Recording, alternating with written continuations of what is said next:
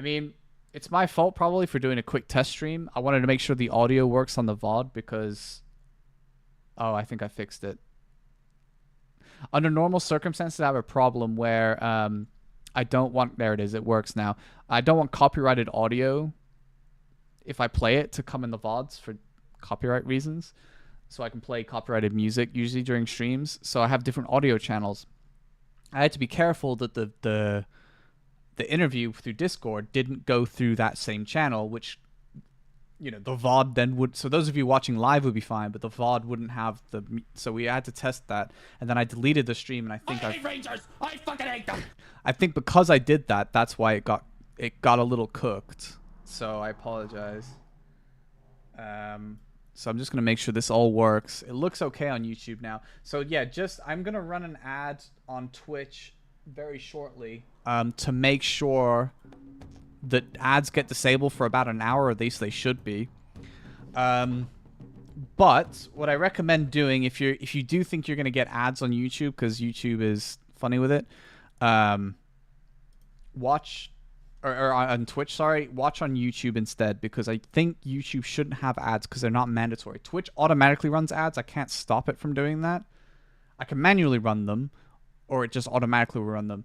So, you know, bear that in mind. So if you want to avoid it, I don't want to like fuck anybody over by like being, you know, not able to view it because like Domino's Pizza wants to tell you about their new deal. Or you Twitch Turbo. Some of you might be okay because like some countries just don't get ads because like companies aren't trying to sell to those countries, if that makes sense. I fucking hate them. Hey, Drunken Monkey.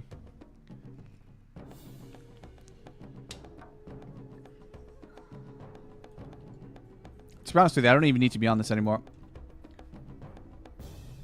All right. Let's see what they want to do.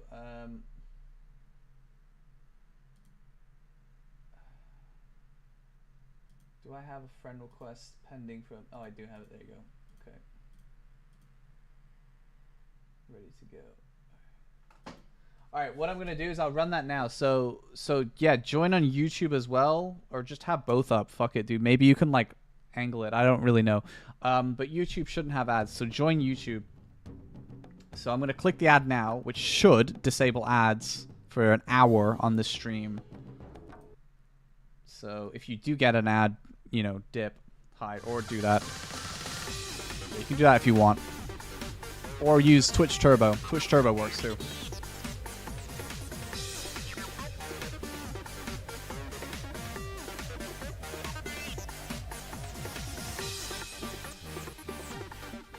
Kappa. Yeah, use Prime. Alright, so did you dodge it? Ready? That's good. Please tell me there will not be bosses that give XP. I wish I could tell you that. I have a... These alerts will be turned off soon. Yeah, get your fill, because the alerts are going to turn off soon.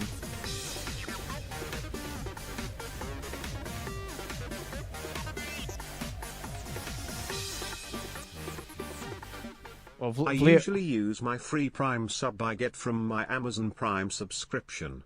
It's just 2 clicks to support my favorite streamer, smiley face. Yeah, I don't think your bait works so much as Vleo was going to do that anyway. But yeah, so the alerts will be off during the interview for obvious reasons. So if you want to do any friendly, like, hi, I'm following or something, then, you know, do it now, because otherwise... If you do anything from follow or whatever, you know, it will not. Every other month, you remember, that's true. Yeah, sure. Let's get it going. All right, here we go.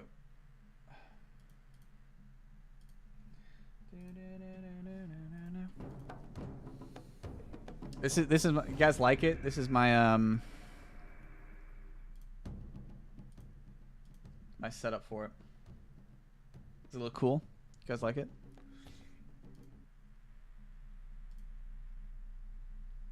Ew. Hi. So let me turn. Is it LaFreak that said he's gonna be hella quiet? Let me turn him up. Hey, hey, hey. Okay. Can you hear me? Yeah, it's not too bad. I'll turn Zenny up a little bit.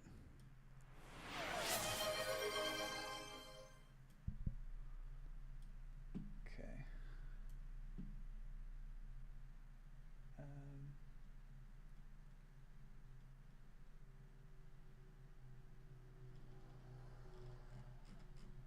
All right. Yeah. I mean, it seems all right.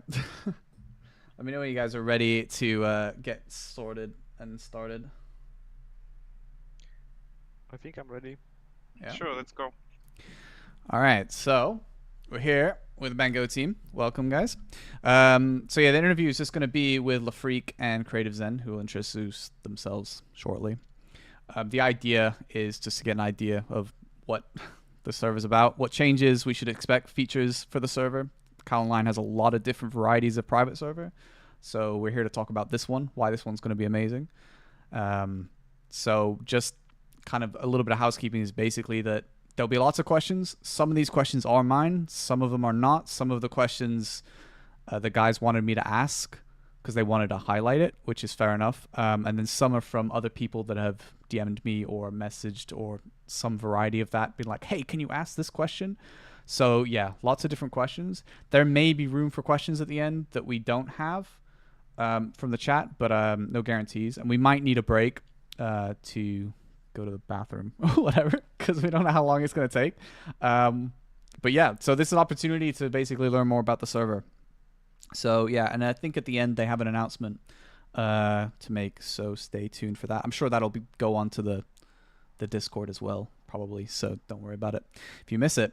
So yeah, that's out of the way, so let's have you guys introduce yourselves if you don't mind. And it's basically just who you are, what you do on the server, like what's your type of work on the server, what you're specializing in, maybe your history with KalOnline and what other servers you might have worked on before. So if we start with Zen, I guess, if you want.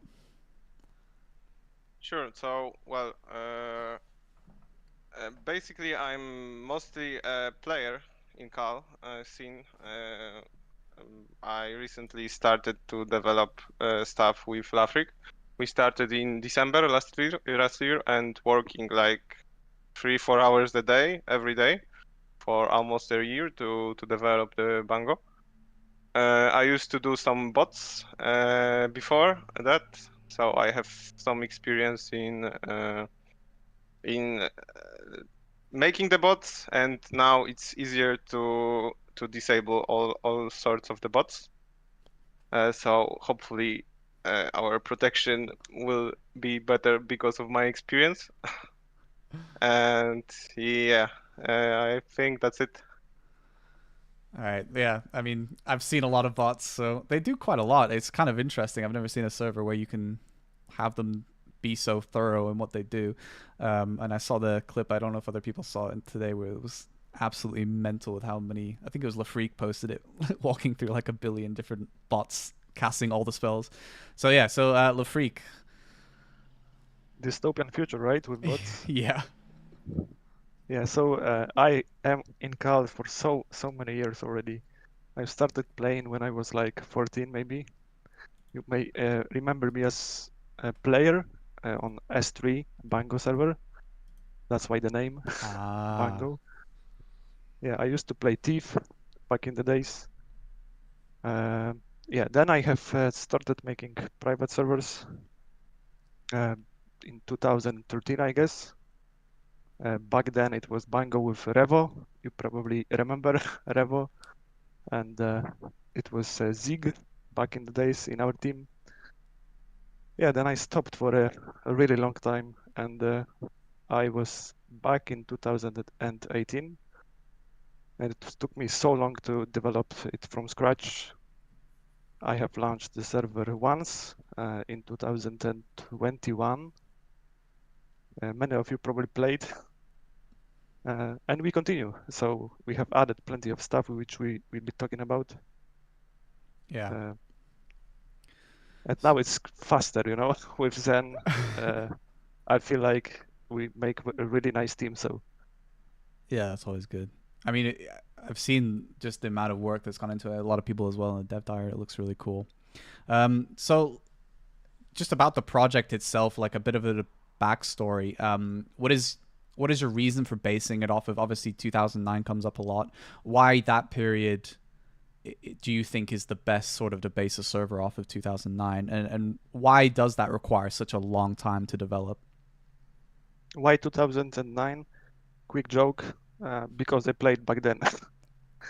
No, Fair but enough. really, tell me in chat, maybe you feel different, but that year is something different in Kal. Maybe it's nostalgia, maybe we sell the nostalgia. Maybe that's the thing. Maybe Maybe we think both. that maybe it is only like something we remember in the past and we always want to go back to it. But I feel like the balance back then was really nice. It was a peak performance of Enixsoft, maybe. Yeah. Yeah, that's just the best time in Kal, I guess. So I think They you guys. developed more stuff. Sorry, Yeah. they developed more stuff in 2009 than in the next 5 years combined. So they And you added will see that. FOE, Yeah. Fed You will Job, see that in FIF, the and stuff. you will see that in the content patch list that we'll announce. Yeah. That there is one point in time where everything was added, right, Zen? Yeah. Like I said, there is plenty of patches there, and that's why the 2009 is the GOAT. Yeah, I think I lost my account, my original account, in 2010. So that was an important time for me. Was 2009 as well. So yeah, I was happy to see that. Are you going to remake the same account on Bango? Yeah, maybe, but be a bit more trusting this time. Since just very quickly, and I think this is not on your server, but the secondary password you put the codes in. So in order to vindict, because I locked all my gear because they had the locking system. I was like, I'll be safe. I'll lock all my gear that's expensive, and this guy can play my character while I was away. And just vindictively, I think maybe he thought he could steal it, all the gear. He put the password in too many times wrong, and that deletes the. So he deleted the character, put the password in too many times wrong, and it's just gone. It was gone from the database, so I lost the character. Anyway, so yeah, but 2009 was okay. 2010 not so much. So since your server is based on 2009, what kind of content should players expect to not see on your server? So what kind of things that people are used to by now with different servers that you'll be like, oh, we won't have that? I would say it's past 2012. For sure, that's pet system, the new pet system. Yeah. The horses, the mounts. This is something we are not. It's not on our roadmap at all. Family system. Do you know it's a thing in Global Cal? Yeah. Basically anything post 2012. So we are sure to add everything to up till 2009, and we are very picky after that. Yeah. Whatever suits us and players, that's very important for us. I think you wanted also to mention something about new servers with different rules expectations later down the line. Is that something you want to talk about? Well, each time there is some suggestion that is very cool, that actually not fits the idea we have. Is something that lands on our roadmap. Okay. But if we make another server, let's not jump too far ahead. We still need to make successful launch of the first server. Yeah, this one needs to be a success first, and then you maybe from there. So I guess we could maybe get like one of the more important things out of the way that everybody will be wondering at this point. And I don't know if you already have it definitely settled down, but what kind of XP rate and drop multiplier will Bango have? It probably will be similar to the Bango 2021, which was ×3. Okay. But we will have some boosters, like there will be some stuff which wasn't there on 2021, but we'll introduce it here, which will boost your EXP significantly. So yeah, so we'll maybe adjust this free rate to it then, so it matches the 2021 vibe. You also have happy hour, right? Giving a little bit too sometimes. I think that has an XP. There are plenty of things that can speed you up. Which didn't make it to 2021, which is like monster summoning scrolls. You can imagine boosting yourself Yeah. with XP from that. There will be some Stone of Exp, which we will probably talk about it later. A significant one that will be free for all, never for Kalkash, never pay to win. So this Lafreg, all, you forget to mention that monster summoning scrolls will be only 333% per level. You can't yeah, like spam it. Oh, so you so stop XP is getting capped. XP at some point. Okay. Yeah, but it's still fast. Yeah. And this is why maybe we should consider lowering the server progression rate. We like to call it like that because it slows down the drop as well. Yeah. So we might consider making it ×2, maybe. I don't know. Yeah. I mean, we'll obviously maybe talk about what you want to get out of the beta as well. I suppose as a bonus to that, but I think it is difficult. I think we have a question as well later about how it is difficult to control progression because people are degenerates and can grind like crazy. But we'll see. So also another thing you wanted to highlight, I think, was about manual balancing of drops and damage to satisfy players and whether or not you'd like to do that. Then do you want to take this one? Sorry, damage and drops. Yeah, this is just something Lafreak PM'd me about, so I don't know. It was just about manual balancing of drops and damage, just to satisfy players, and whether or not that would be something you would do. Yeah, so we'll basically stick to 2009 formulas, which we have access to. This is basically a replica of damage from 2009, so you can really feel like you were in 2009, and yeah. I can And give about the examples. Yeah. So Go for for it. example, a small example, which is G33 Dodgers that drop on Ghost. And it's really significant increase in the Dodger drop rate. So this is something you might remember, and it will be like that in our files, even though it's kind of broken. And the same goes for G65 Thief Armor gloves. of Thief Yeah. gloves, yeah, for the OTP, but also drop rate of these armor sites Yeah. will not be present in Masters in D5 in Tower of Priests. So this is, Yeah. I think Okay. it's bug, but we keep it like that. Okay. Yeah, that was all. I mean, just on a quick tangent, the weird part about G60 gloves of Thief having good OTP and then suddenly it gives you 0 G65 was never something I understood. But there you go. Fair enough, keeping it that way. So I think you also mentioned that you'd like to talk about Inix leaks that you have that other servers actually don't have. So what? I think that's what you said to me earlier. Anyway. Yeah, it is something that it's not really exclusive to us. It might be exclusive to this one particular server or maybe a few more, but I'm not sure why other servers don't use it that often. I cannot tell the sources. I mean, it's out there on the internet, so Okay. you can maybe connect some dots. I mean, we will use this all information we have, and it's not complete. I would say it's like 80% of what was there in 2009 Yeah. and 2010. We have also gathered a lot of information from KalOnline website, which is already like they still keep information on their backend, Yeah. but they don't Okay. expose it. It is really not that much. I mean, it's just notices and updates along the way since 2004. This is something we just simply scrapped, and we basically know a lot about the changes. Okay. That's interesting. I mean, But regarding the damage formulas, it's something you cannot find online, I think. Yeah. Yeah, not unless you watch a lot of YouTube videos and try and figure it out that way. But that's not reliable. And it's the 20% is really from YouTube. Yeah. I need to confirm that. Yeah. Not everything was in the leaks, but Yeah. for some people it might not be really important. But I feel like 10% damage up or down for any skill is really Yeah, significant. that's true. In long term, it makes the difference. Yeah. I mean, speaking of the website, just quickly, there might be some new people interested in starting up.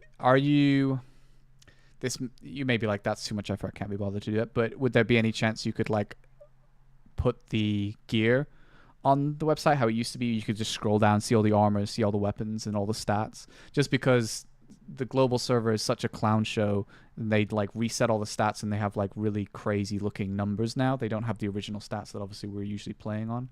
Is there any chance that would be something you could do? If not, people have to use a Wayback Machine, I guess. Wayback Machine might not be the perfect choice, simply because we have one point in time that we try to replicate, and some things might be changed along the years. So depends Yeah. which year you pick. I don't know. We for sure will be. We already published for some people the drop list, which is still in the making. Yeah. There's a separate website for that, and you can look up the drop rates. But yeah, for stats, we never thought about it. What do you think, Zen? Yeah, we'll see. We haven't decided yet. We need still need to talk about it. So Yeah, it was. I mean, look, it's like a passing thing. It's not urgent or important. It's just because if you were to want to look up, oh, what's my character going to look at for these, going from G50 to G55, and you really can't do that without actually having the items, because the global website, they went crazy with the remakes of the weapons and armors. And anyway, it's not an important fact. I was just curious whether it would be something you could do easily or not. But yeah. Let me maybe expand on that. So Yeah. other than drop rates, we have a damage formula, which is kind of restricted. I mean, you will not see formulas for job, of course, obviously, because we don't want to share it with anyone else. Maybe later. But the second job is already well known, so Yeah. we decided to share it and also share the small modifications we have done. You can see that the focus shot is, for example, capped, so it's not improving after some level. So you can look it up. So for now we share drop rates and second job damage formulas. Yeah, so just to clarify that to people watching, if you go to the website for Bango, which you can also scan the QR code if you want to be fancy on the screen, it should take you there. And go to I think Cookbook and Feature do the same thing, but either way, you can find all the damage formulas for all the second jobs. I think, is Thief not fully on there? I can't remember, but the 3 main classes are, so you can have a look if you'd like. So we'll move on anyway. So what can players expect from CalCash or donations, whatever? And will some of these items, or if all of them, be droppable in game? So we'll have we won't have first. We won't have EXP stones there for sure. We won't have HP drains for sure. There won't be HP drains at all. Only from the happy hour buff. No, nowhere else. What else? There won't be probably this regular scrolls like scroll of power and stuff. Lafrik, have I missed something? We try to make it not pay to win. I know it sounds weird in mouth of admin, but yeah, I think there are some that completely break the player experience. It is for sure the Stone of Exp, but there are plenty more. I'm sure we will never include Amok Dragon certificates, so you really need to increase your honor to increase your time on Amok. And by the way, if you talk about the CalCash items, those will be also droppable in game, but not from every mob. So it will be droppable from Emok. So you can combine. Okay. You can combine lack of certificates, only 1 or 2 hours a day, depending on your honor, and you can drop the CalCash items only there. Okay, and so maybe some other. It depends, but mainly on Emok. is that everything from so you won't be like, I don't know, D3 F6, oh, here's a polishing stone I just dropped. It'll specifically be Emok only. Emok only but also small subset from summoning scrolls. You can drop polishings or maybe rebirth scrolls, but mainly from Emok, something from summoning scrolls. and also from votes, which we didn't talk about yet, but Yeah. maybe Yeah, we that's will the find next the question. So, we can move into that, to be honest with you. So basically, just to summarize, Kal Shop items droppable, but mostly just from Emox. Slightly, you may get some from summoning scrolls. Nothing in there is going to be crazy. Very limited. So we're looking at what polishing stones, rebirths, shouts. I don't know if you'll have lucky keys. Is that something? We have lucky key, but it will not be a really significant Yeah. item, simply because we have removed the currency, the gowns from wooden box. So it's like it's kind of removing this entire system Yeah. as you Okay. know it. So Fair enough. you can forget about the keys. Okay. There also won't be mana meds in the Kal shop. Yeah. Yes, We So, will so add no it no somewhere. mana meds from Kal Shop. Yeah, that's important. So So there are some differences yeah. between Kal back then, because you could get mana meds from Kal shop. Yeah. But I not on assume the Bango. Kal Shop will have the BOFs too, or they will be a non-Kal Shop item. Which way is that? What do you mean, BOS? Beat of Fire. Sorry. It is from Kal shop, yes, Yep. that's Okay. right, but also from some monsters, and it really lines up with Global Kal, because you could get it from Emok on Kal servers in Global Kal, so it lines up, but also from other mobs, such as maybe summon mobs, maybe. I Okay. can remember. You can look it up. Yeah. All right. Well, let's talk about voting then. So, how will voting work on Bango, and what kind of rewards should players expect for supporting the server that way? So let me first send you something. Yeah. And let me Just introduce the one significant person in the team, which we didn't talk about yet. okay. Let's see. So All right. Hang on. we also work with Eric. I work with Eric since years, and what he has done and what we've done with him is a vote system, which is, I would say, kind of new. Maybe, I don't know. I don't look at other servers. Maybe you can correct me. Maybe everyone has it. I don't know. But I feel like it's kind of different. Can you maybe show it on stream? Yeah, I have, because it's a WebP. I was gonna download as an image, but it's one of those weird ones that doesn't want to open. So instead, I'll just capture it through Discord. It is PNG on my disk. Oh, So I Discord should have must. downloaded it. Then I should. Well, it's fine. I got it up here anyway. Hopefully, people can see it enough. I'm gonna cover you guys as your gifs, your VTubing. Hopefully, is that big enough for everyone to see? It looks big enough. I don't know. Okay, so let me explain maybe. Yeah, go for it. So entire front end is made by Eric. So what we have decided to do is that we really want to encourage people to vote. I feel like TopCal is still the main source of like a place where you go when you want to play Kal Server. So we Yeah. need to be at the top, or at least in top 10. So how we want to encourage people is that you can vote every day, and if you vote it through this simple window in game, you are rewarded with some bonus, and we have nice visual for it.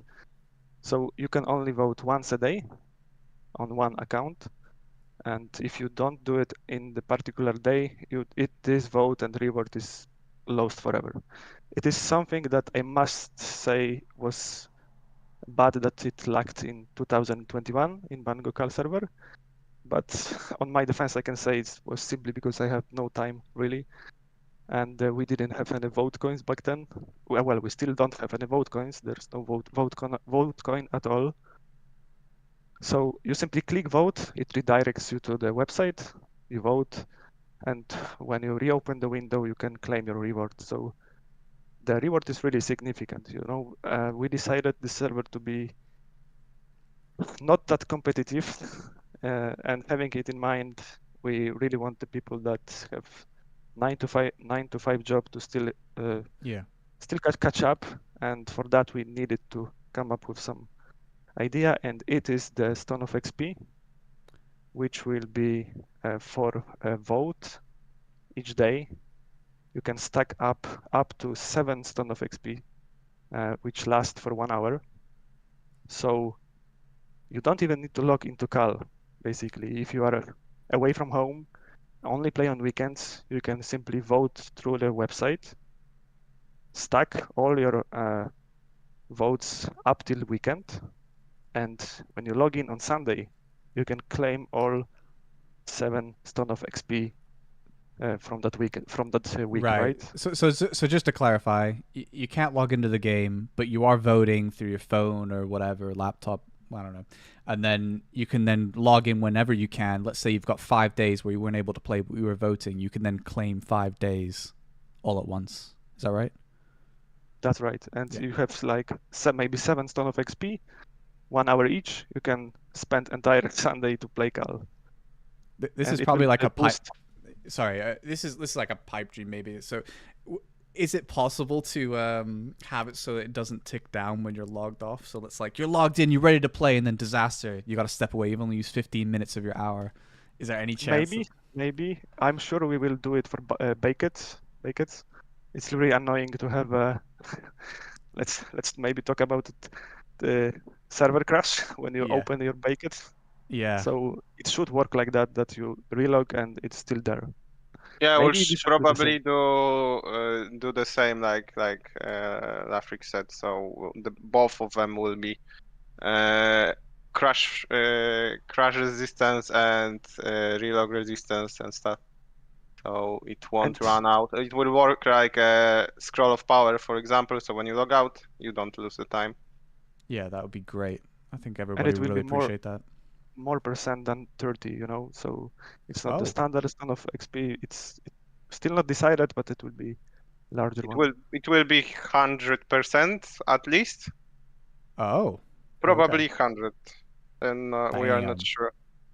That's why we don't want to increase the rates, because, like we said, Yeah. the progression will be much faster with the updates. Also from votes, you will receive the loft mana mets. So that's the boost for well, you can get more EXP per hour when you use mana mets, right? Yes, true. Yeah. If you don't have to drink. So that's a hidden boost for you guys. But will And will it be enough mana meds where you're like, yeah, this is worth grinding with the mana meds, or is it just amount where you're like, oh, I'd really rather save these mana meds for PvP? probably there will be not too much of them, and mana meds will be disabled on PvP, by the way. So there you go. Okay, answers that question. So you see, Yes. plenty of servers really are scared of turning on the third job damage in PvP. Yeah. But you can combine it with really lack of mana, and it starts to like balance itself. Yeah, because there's a few hundred MP each to use. That's really cool. Very, very cool. we can also talk about the battle pass. You will be able to buy item in Kal shop, which will give you 15 days of a battle pass, and there will be basically extra rewards. So you have to vote. For example, on Monday, you vote, and then you are able, after you vote, you can claim the rewards, the regular rewards from vote, and the rewards for battle pass. So there will be some extra rewards from it. We are not sure what there will be. We are like pretty sure that the battle pass should pay for itself. So instead of buying some Kal shop stuff, you can buy the battle pass, and it will be the equal value, or maybe even a little more, something like that. It's the bottom line on the screen, as you can see. Yeah. So what kind of price were you looking at for that? If you had something in your head already. Still not sure. I think. I hope that it makes it makes it worth it, but I'm sure it will be less reward than the upper top line. It's not like you need to buy it to play. So right, yeah, you're not super disadvantaged if you don't have it, but if you do, it's nice. Yep, exactly. Yeah. That's very cool. So if we move, what's the next question? So basically we covered that question already, which was just what about mana meds, which we talked about. That's voting. And then the follow up was also, will players be able to get HP absorb scrolls? I saw someone in Discord already upset about that. So I think what might be worth talking about is what is your reasoning for that? Obviously, I understand why you wouldn't want that, but does it outweigh, I don't know, shiny parties feeling like we need to have them, otherwise we can't play the game? Well, we decided to not add them because it basically deletes the CJB from the game. So yeah, it also is kind of int-like because you could basically buy them from Kal Shop, but no one ever bought them because they were too expensive and ran way too fast. So yeah. And also Manamets, we will probably introduce them with our fishing system as well.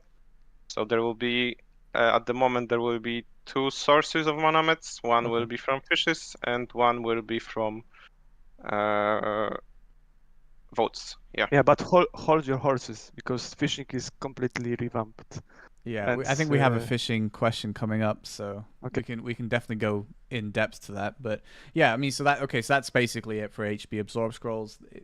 The worry is that they're so powerful and the HB restoration is so good, it eliminates any reason to have a CJB or healer, which I can understand. So this is just a question for myself, really kind of just interested. So let's say you launch the server. It's a Friday night, definitely after I come back from honeymoon. Should players expect that there would be a war that weekend? So if you have a Friday launch and let's say war is on a Sunday like it usually is, maybe it's Saturday, I don't know. But let's just say it's Sunday. Would players expect there to be an immediate war after only a few days? Or are you going to do like the delay thing on some servers, delay a war by a week before they let players do that? Sorry, let me answer the question from chat. Manamets account bound or sellable? From Vault and from fishing, both will be bound. Yeah, it's on the website as well, guys. If you want to have a look at it, I assume that's still updated, so you can check everything that you get is bound, and then everything that you create is bound. So that hopefully should control people making 40 accounts to fish with. I would expect is the idea behind that. About the castle war, we had a huge talk about it, and that's like still we haven't decided. Maybe you can give us some pros and cons. I mean, there are plenty of servers that could give an example. But yeah, I mean, from my point of view, it does kind of tie into a later question I think I had on guilds. Obviously, we are going for a server that is pretty int-like. But we are going to be slowly leveling. It won't be like people will be 50 within the first 2 hours of the server, whatever. So what that means is that it can be difficult to level guilds in time because you have to level them to a certain... I don't remember what the one for the war is, but you don't even get tags, I think, until level 2. It's quite a big XP sink anyway, which is difficult, I think, to stomach when you're trying to level to 50 and all the rest of it. To give a bar, it's a lot. So it was more to do with that, and then there's a contribution, go back and do all the contribution quests. I assume those will be a factor. So if you have a war right away, that's pressure. But it is kind of fun to have a war right away because it means geeking hard is kind of fun. You push as hard as you can, get as high level as you can, and then everyone's running around in G42, G46, which is also pretty cool. So I think that's why I asked the question, was because there's positives and negatives to doing both. So yeah, I don't know. Anybody in chat? 100k. You need 100k to even start a guild. That's significant on it is a levels. lot. I mean, so I suppose we could just combine the question then in that case, and I'll just not ask that later. When it comes to guilds, is there going to be any kind of relief for that, or is it going to be give your XP, do it the old-fashioned way with XP and also I suppose contribution, which is a lesser factor? For now, there is no change. So you need the guns, you need to give the XP to the manager to level it. You need to get as many people as you can, so you can level the guild up. You need contribution points, still the same as in 2009. And there is no change in the guild size limit as for now as well. So there is no plan for that. But yeah, it still needs some, maybe we need to think about it. Yeah, okay. So for now, basically just going back to the original question, we don't know about Castle War. You know, maybe you'll let there be an immediate Castle War or nearly. I mean, I suppose you could launch the server on a Monday night. I don't know what you're minded to do about that, but since a lot seem to be towards Friday or a Saturday, you know, that's why I asked the question. But I guess we'll see. You know, maybe you'll announce it later. So we'll move on. So well, we actually did briefly talk about questing, so let's just go into that. So I assume I know the answer to this, but yeah, so questing is kind of divisive. The server is obviously aiming to be in as many ways as possible. Only a few quality of life changes have been made where it makes sense. But what are your views on questing? So personally for me, I don't mind the job change quests. They're fine. In a low rate server, it's okay to run a job change quest. It's not so annoying, 30 or 50. But I do kind of find the skill point ones and contribution ones a bit boring. I know that we can teleport, and that makes it a little bit easier, but it's also a little bit convoluted if we do have people that are new, or if they don't.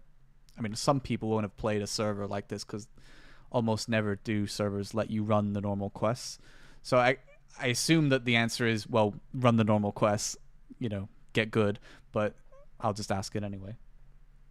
Yeah, so people always ask for skill points, and by the way, this will be the only way to get them. Yeah, okay. And we have the same amount. And to answer your question, yeah, 2009 int like and all that, of course. But there are many people that ask in chat, in Discord chat, always how to make money. I mean, how to make gowns, how to get money for meds. This is one answer. You can like stop for a while, do some questing, do it 10 times more, and just sell it. Maybe, I mean, it feels Big hand like blood. yeah, or crystals or maybe other things. So Yeah. this is also nice to have such market going on, but it requires plenty of people. So if we have many of people, maybe the market will grow. Maybe it will be easier for people to make a job change and sacrifice your currency for that. Maybe you want to do it yourself and make drop more of them, sell it. I feel like it's really important part of. It's Yep. boring, but really like old school and nostalgic way of questing. Yeah, I mean, Yeah, I get it. Sorry, go ahead, Sen. Also, there will be the drop rates will be higher for the quests, so you won't get bored too fast, maybe. Perhaps. So like higher than regular drops, like armor and weapons have been affected. The questing will be even higher than that. Is that what you're saying? Yeah, that's right, Lafric? It will be the same like the drop rates multiplier for the other stuff.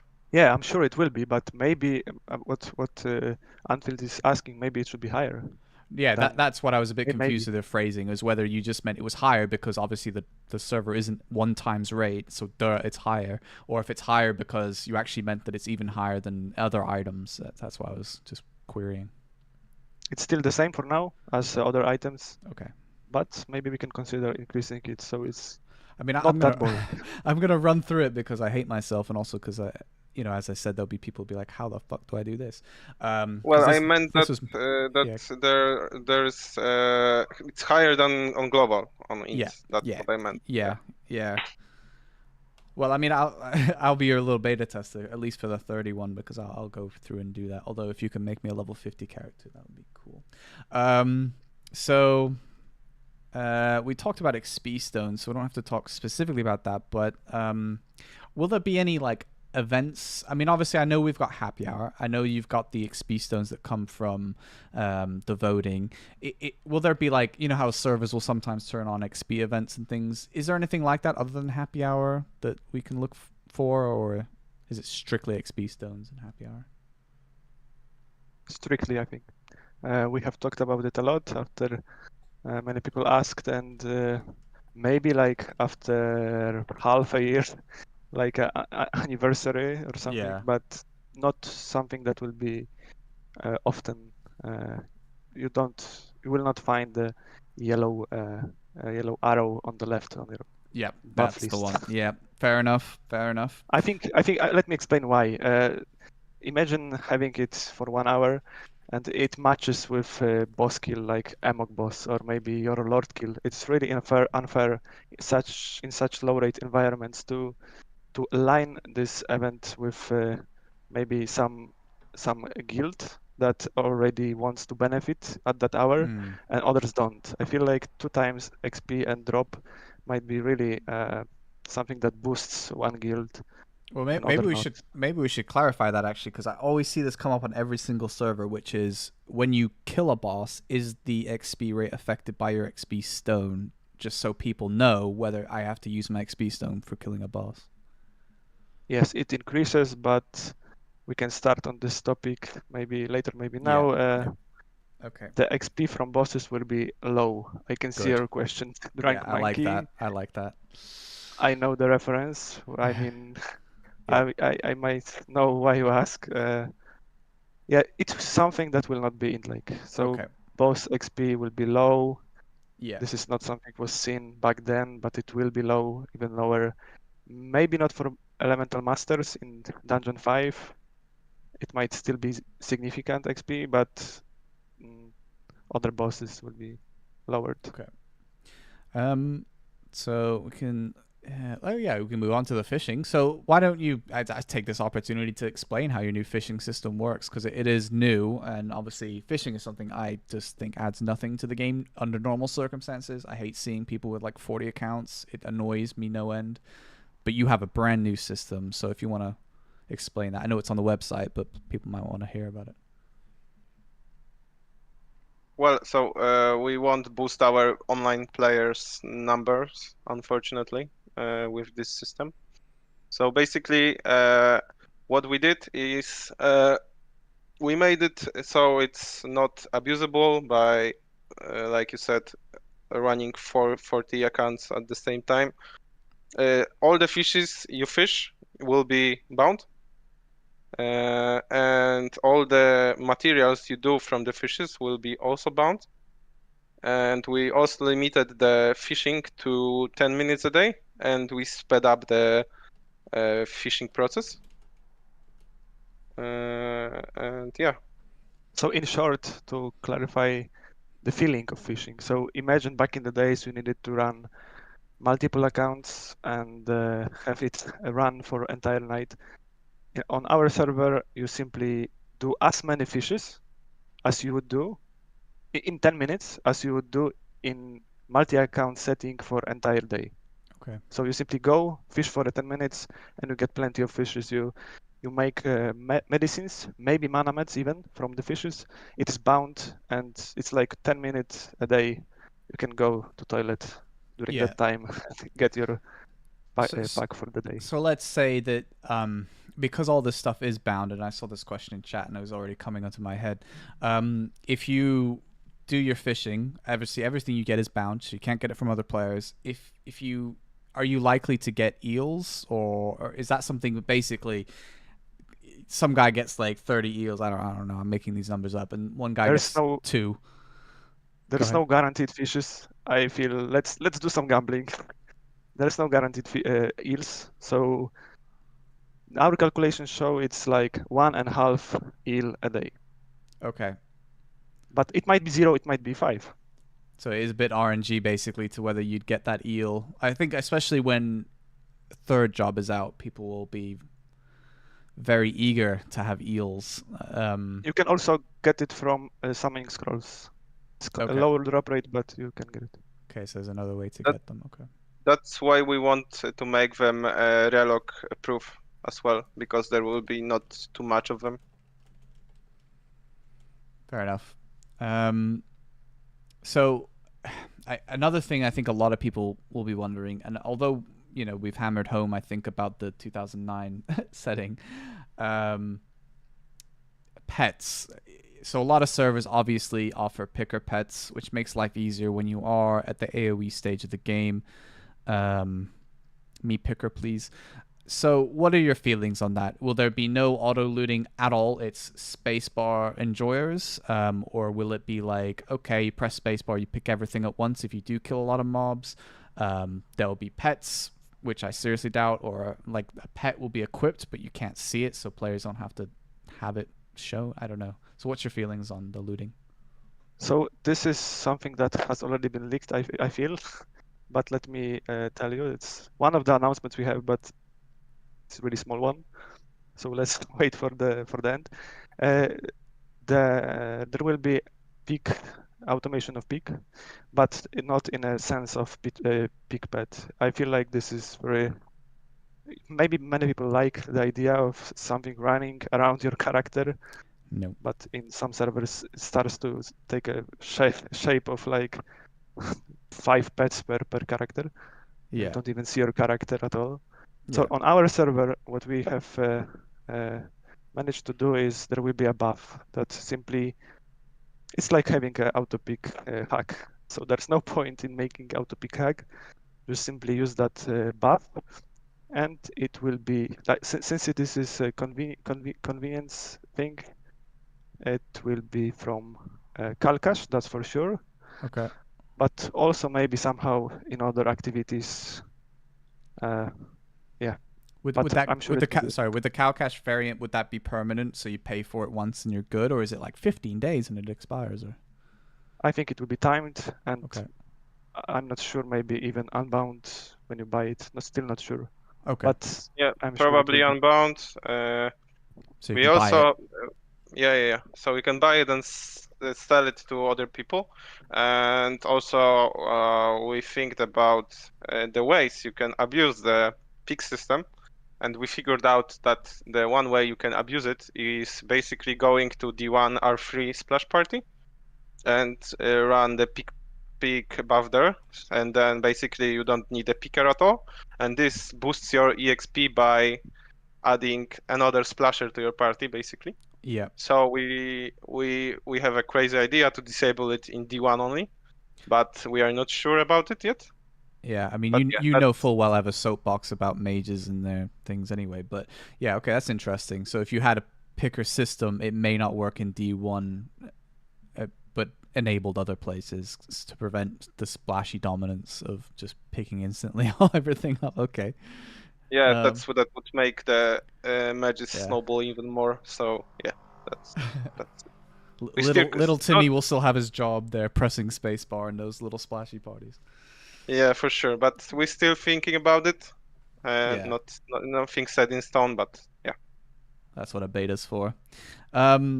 So yeah, I guess let's talk about bosses. So first off, I mean, the first part of this question is just what bosses will be available to players. Obviously, lots of servers, different ideas on this. I think I would say that 90% of servers these days, you can kill the Dogoby Lord and you can do F10, and maybe there's a custom boss or weird raid thing that makes me want to vomit that they add. But your server, what are you looking at for like what bosses will be available? This is a huge topic. Do you want to start with first announcement we have? One of two, which is exact content patch delivery timeline. Well, we definitely. I mean, if you want, I can save this question for later because obviously we are going to talk about content timings and things later. But if I have further questions on the bosses, I don't know if that's still tied into that though. It's tied in, so either skip it for now or maybe we do the content patches now. Okay, let's skip it. We'll come back. Okay. So this should be a quick question. Basically, will Eagles be available from launch? And just if you didn't know, anybody watching this, Thief will be delayed at the start, so you'll only be able to choose from one of the 3 classes, and then Thief will come later. And I don't know if that comes under content as well. I suppose it technically is content cycling. Would you like no to worries, talk? No worries. Yeah. Thief will be delayed, and also Eagle will be delayed.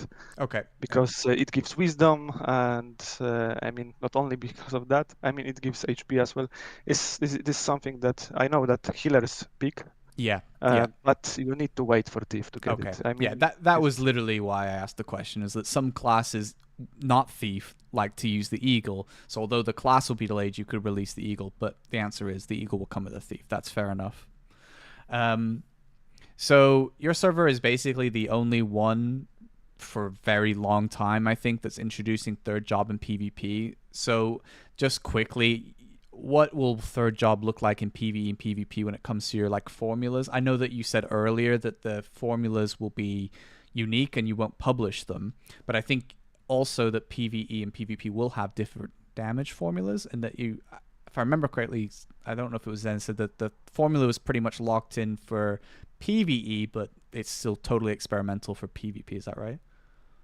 Yeah, so PvE is probably set and ready to go, and we're still thinking about PvP because it's the same as PvE right now. So it's one-shot fiesta right now. Yeah.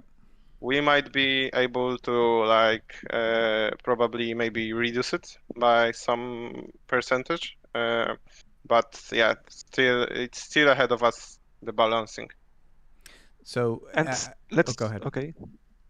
No, go ahead. Yeah, but kind of topic, but for the PvE balance, I just want to add that the leak we have is really something that even shocked us. I mean, if I had to set it manually, I would never do few of the changes we have. Like, did you know that? Actually, probably you did know because you was player for a long time. But arrow explosion first hit is really high damage. I did remember it the wrong way, and yeah. Yeah, IG was my class, but I mean, we're still talking like over 15 years ago, you know. Trying to remember everything is crazy, especially when your memories get polluted by all the servers we've had since then that have all had custom formulas and all the rest of it. So I think a lot of players will end up being shocked. I mean, a lot of players will be shocked that Poison Cloud isn't a storm. You know, obviously you can get immune to it like an ice storm. You know, you kind of don't want to run away from it. You want to stand in it because it'll get you immune. But anyway, yeah. So I think there's going to be a lot of nostalgic hits, if that makes sense, when it comes to how these skills operate correctly. So yeah, I mean, just on a last mention of third job when it comes to PvP, two-part really. What made you decide that, yeah, let's be the server that enables this in PvP?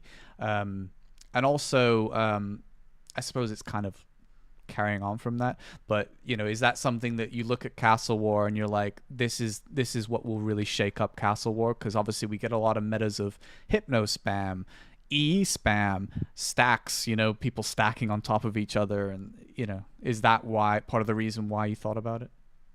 Well, the short answer is basically 2009 in like, and the long answer would be when you play the Castle War before the third jobs, there is a lot of these tactics, the turtle tactics, when you stack on the pyra and wait for people to come and revive each other on top of you. This won't happen with third jobs because you will get wrecked by 2 spin slashes or DS spin blades in a second. So yeah, this totally changed the meta of the PvP, and well, if you delete third job from PvP, you basically like surrender. You give up on the balances because you don't know how to do it. And we maybe in like few months will say that it was a bad idea. But well, for now we are positive about it, and we will try to make it work. I have another answer to that, kind of shorter one. Do you go to YouTube, type 2009 KalOnline Castle War and say, oh, that was bad experience. I mean, I don't want to go back to that Castle War. Maybe you have that, I don't have it. I want to try. It will be hard. We will probably fail for some classes, probably, but let's try it. I mean, do you, Anfield? Do you go to YouTube, watch a video? I have some of my own videos from that time. Yeah, I mean, it was. I mean, the thing is, yeah, there was. I don't remember when it was, but there was a point where they added this PvP damage reduction depending on level, and I was third, but I wasn't high level, so people that were like bordering 80, I did basically no damage, and it was not a huge window either, so it was like only a few levels higher than you, and your damage was massively reduced. So I don't know if that was Inix's way to combat third or not, but it was. That was 2011 probably. Yeah, and that we are sounds talking right. 2009. So yeah, so I don't think it was third job in 2009. I was a pleb. So yeah, fair enough. So just a quick question on mixing, really. So mixing stones, I think, will just drop from D3. I suppose you might have them in other places as well. I think originally they were D3. This is going back too long on int, but so will mixing stones be available just through drops? Will they be available through the Kal shop also? Like especially DB and Mystery, I think sometimes they're Kal shop. Yeah, so stones will be available from D2, D3, D4. So basically int like Emok as well, I guess. I think high classes in D5 also drop them. Floor 10 bosses will drop them. Mystery and DB stones will be available from Cash Shop. And I'm not sure, but maybe Summoning Scrolls drop them as well, but not sure. Yes, they do. Okay, so yeah, I think that's it. So will the rates be int-like? Because if I remember correctly, it was absolutely grim trying to imp something on the international servers. I mean, part of the reason, I suppose, and it does come up very shortly as a question, but it's just that you don't really want to mix low-grade stuff because it just isn't worth it, which is kind of a shame because... Yeah. So, Anfield, I saw in logs that you tried to imp your weapons, and there was some consecutive failing going on. G48 But bow would not imp. yes, and the rate is ×3, and even more because it's not like it's so that it's already grade based, so higher grades it's like maybe 5% to imp. Yeah, 5 that's why I thought it would be int. fine, because obviously it's a beta test server, so I had all these stones, and I was like, oh, let me show people what it looks like when you imp a G48 bow, and it was not a good experience. Yeah, but wait, 5% for high level gear, which is G70, and we have ×3, so it's 15%, and going down the grade, G48 should be like 20% chance on global, ×3 on Bango, so it failed like 5 times in a row for 60% chance. Yeah, some things never change. BDO vibe. Yeah, BDO vibes. So yeah, that was pretty cursed, and I was just kind of curious. So it is ×3. That was basically the answer to the question. It was ×3. You want to mix low grade stuff, you got it wrong. Yeah, that's not the point of the question, but I understand what you're saying. So yeah, we'll move on.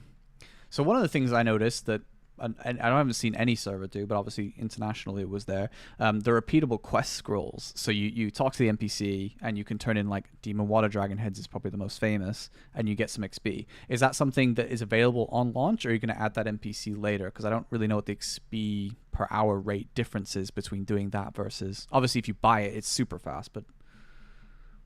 Yeah, it will be available from start, from day one. And it won't be affected by our X multiplier, but the heads will drop faster, so you will have more of the So maybe heads. let's explain the X multiplier. So in all the servers you see that the exp multiplier is really increased exp from monster. It is not a thing on Bango. Instead of that, monsters always give the same amount of XP, but you get the tables reduced. What does it mean? Like let's say for level 50 you don't need 1 million XP, you need less XP. So if we kept it that way, that the heads drop more often and also increased XP from that, that would be like power of that. Super fast. Okay. Yeah, so fair enough. I mean, I'm looking forward to maybe trying that a little bit and seeing what it's like as well. And just as a quick thing to do with being around that level of Demon Water Dragons, so I know that G32 plus 6 will be available, and I think I've seen the bots farm G42 plus 2, is that right? So you can farm that in the Forsaken Forest? Yes, this is something we didn't change. It's still in the old files. Probably all servers, all the servers have it. It's kind of rare, I would say, but ain't like, Yeah, fair enough. So this is kind of going back to my mixing point. It's just like, I always find it kind of a shame that you usually don't really start enhancing even a little bit until you get to G53, unless you're Vega, maybe G50. How difficult will it be to get enchanting? Because I mean, for me, and other people may disagree, which is totally fair enough, is that like the cool part is like farming a rare piece of armor or weapons. I always kind of find it a little bit annoying if like the actual enhancing gear is like super difficult to get as well, and like I already struggled to get the actual piece of armor. I don't want to like overly like yeah, a little bit, but not overly struggle, because I kind of liked one of my favorite memories from the old servers. Obviously, yeah, huge population. You'd walk through temp, and they would be like, "Oh, there's a G48 bow here that's 1212. Oh, here's one that's 1010." And then there was just so much gear around. So, is there any chance that it'll be kind of okay to, work on G48 and G46 gear even a little bit? Like, instead of like obviously revenges, you might have feathery on an archer piece or something. Is that going to be viable, or is it just going to be like, okay, you're going to use this clean shit until you're in G50 and G53? Well, unless you want to use polishing stones on it, No. then Okay. go for it.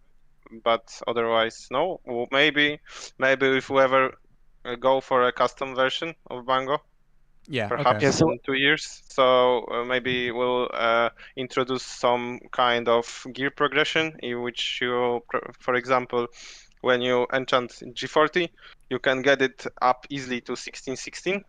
You'll have reduced amount of revision stones and stuff. But yeah, that's I mean Yeah. the less amount of revisions for grade up and stuff. But that's the other story. Yeah. yeah, but Fair enough. that's not in this server. So I would explain the maybe the issue here. The issue with not worth upgrading something is when the XP is so high that you feel like the server is you feel the FOMO, right? So you feel like you cannot really upgrade your items because nobody will buy it, and it happens on even times 3 server, time 4, time Yeah. 5. Yeah. So in case it's really high XP, there's no point at Yeah. all. Exactly. I think it's always kind of sad, I guess, is my point. Was that I actually do like G46 and G48, but you basically just run it clean until you get G50 on. I mean, even I think, to be honest with you, even if the server was 1 times, unless you're like G50's giga delayed, good luck. People won't touch it, which is a shame because I kind of like that gear. Anyway, so one thing that I'm really excited about was the floating text in PvP, because normally that's just in PvE. You hit a monster and you see the floating text damage, which was something they added later. Obviously, you've got it. Most servers do, but you added it in PvP. Now, normally when you're PvPing, you have the like tiny little window and you're trying to see how much damage you did, and you have to get your magnifying glass out to see how much damage you did. I love that you've added that in PvP. That's really cool, and I just basically wanted to highlight that you've done that because that's really cool. Because like if you're doing Castle War and you shoot some nerd as an EA that's at the top of the pyramid, you see that 4K damage or whatever crit come up. Yeah, very very cool. But, and I think this is still what you have when you final hit somebody. The last hit, so they're dead after you've hit them. The damage doesn't show up. Is that something that you can turn on easily? I don't. Well, that's a bug, and it's not our priority right now. Maybe if we have some time left, then we'll work on it, but not for now. Okay. Trust me, Zen has spent already so many hours making the PvP damage overhead. That's. I mean, And, that's a huge improvement in itself. So that's already amazing. It's just when you sometimes hit somebody and then you're like, wow, that was a big hit, and they just drop to their knees and die, and you're like, oh well, I guess I'll never know how much damage I did. Yeah, that was it. But yeah, fair enough.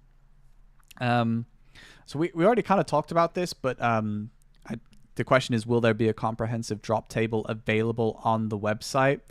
Yeah, so I know you have this drop table. Is that the one that's going to go live, or are you going to like make it look pretty, quote unquote, with a selection of areas or whatever? What's the drop table going to look like if you have one? I think it will stay like that. I think it will stay. I know other servers have it more pretty, even in game.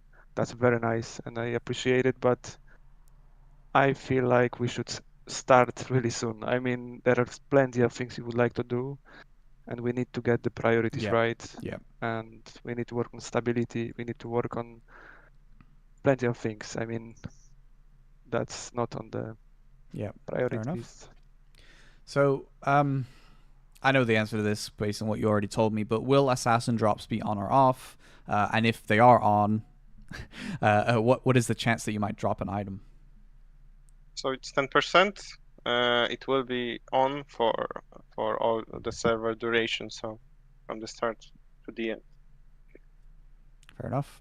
And I think I don't know if you're just flirting with the idea. Is it going to be you can fill your inventory with G1 weapons, or are you kind of looking at targeting the actual gear on the character? Well, that's a nice idea if I now I think of it, but for now we'll probably stick with the G1 stacking because yeah, again priorities. Fair enough. So this is kind of a question just from me, and probably it's one of those things where like nobody else even thinks of this. But when I love D4, like I love the environment of D4. What I don't like is how awkward it is to move around and getting stuck in your camera being yeeted around and like. Is there any chance that like that'll be changed in any way? I assume it'll just be left as it is, which is understandable because obviously you're trying to replicate in like. But it's more of a dream of mine that D4 is a little bit more playable. There is one thing that may make your life easier. It is distance from the character, the camera distance. It will be increased. Yeah. I think for the first time on Bango, I always liked it in like, so I kept it really close. But I really, the thing that convinced me was testing Emogi boss. Yeah. Imagine doing that without camera distance. It's impossible. It's so large. Yeah. So maybe it will help in Dungeon 4. I mean, I assume that the flowers will be left as they are because that shit's so annoying, but, you know, part of the game, so when they blow up and do, like, 2,000 damage or whatever. Yeah, someone else in chat said the flowers. Yeah, they will stay as they are, unfortunately. That but... G55 grind going to be brutal, guys. So a bit more on quality of life features. So if you haven't already seen or known, you'll be able to teleport through basic commands, and that's not a beta thing, right? That is something that's making it to the game, I assume. Just checking. You will be able to. Correct. Yes. Yeah. Okay. Yes. So there'll be commands to do that, and then to get to some grind spots, there will be NPCs in towns that are where you would normally leave the town to go to the grind spot, where you can just click. Gold chunks. It's funny. So yeah. So that's going to be available, which isn't int-like, but I think everybody will say, yeah, that's a good change. What other quality of life changes we haven't already talked about that you might like to mention? I'm just trying to think if there's anything else. Well, there's one huge one for God of Bows and Ices. Whenever you try to cast Poison Cloud or Arrow Rain, your skill, the main skill, will be cleared, and you will never move while you're casting. So that's a nice improvement, I guess. Another one is we basically increase the skill buff size on the left right corner. So instead of 21 buffs, there you will be able to have up to 50 buffs, so they won't disappear. And you will see all the buffs there. I mean, the irony of that, I suppose, is that you might not need that because of the lack of. I think you said there won't be any of the scrolls, like the power-up scrolls. Obviously, no HP absorb scrolls, but maybe none of the other ones too. Plus the potions, so it might not even get that high, but it might. I don't know. Well, you can still stack a lot of stuff with EA, with Happy Hour, with Peak Buff, Egg Stone, Stone of the Sky, calls and stuff. Yeah, I mean EA is probably the one because you get all the resistances, I suppose. Plus EA resistance, calls, buffs. Yeah, maybe. Yeah, so EA for sure.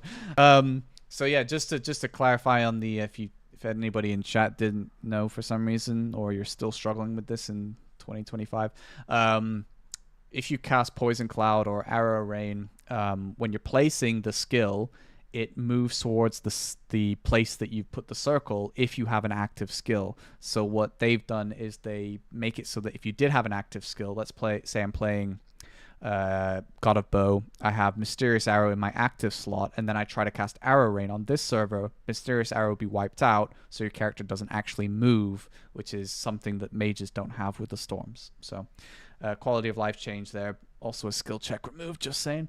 But yeah, understandable why you would do that. Sorry, I see one cool questions on the chat. Are you going to leave third jobs skills like CS still have a chance of missing? Well, there won't be a way to miss by evading the skill. I mean, evasion versus OTP calculation. But for example, when you play IC or EA or Vagabond or Commander, you can still avoid it by using this defense, parry, perfect evasion. Yeah, So but you can't. passives. So OTP and evasion won't matter when it comes to third job skills hitting. So is And that this is what shocked us. I mean, imagine there are so many variables you can set. Like we couldn't know it if we hadn't leaks. so? Sorry, Yeah, go ahead. there is one thing. Thief will have OTP based skills because they were OTP based. I don't know why. So Shadow Slash, Lightning Slash of Thief, and Wrath of Heaven will be OTP based, and the Spin Blade will not be OTP based. It will be Ah. like the rest of the skills. So when people are playing their third jobs, they should expect the skills to hit in PVE. Is that right? Yeah, for sure. Okay. So just climbing back onto my soapbox quickly, and you know about this already, Zen. We already discussed this. And people, again, this might be a me thing, and other people in chat be like, "Oh, you're an idiot." XP, when it comes to egging, so egg XP, something I really think is kind of worth talking about. So mages, as everybody knows, have huge advantages in income, XP generation, usually.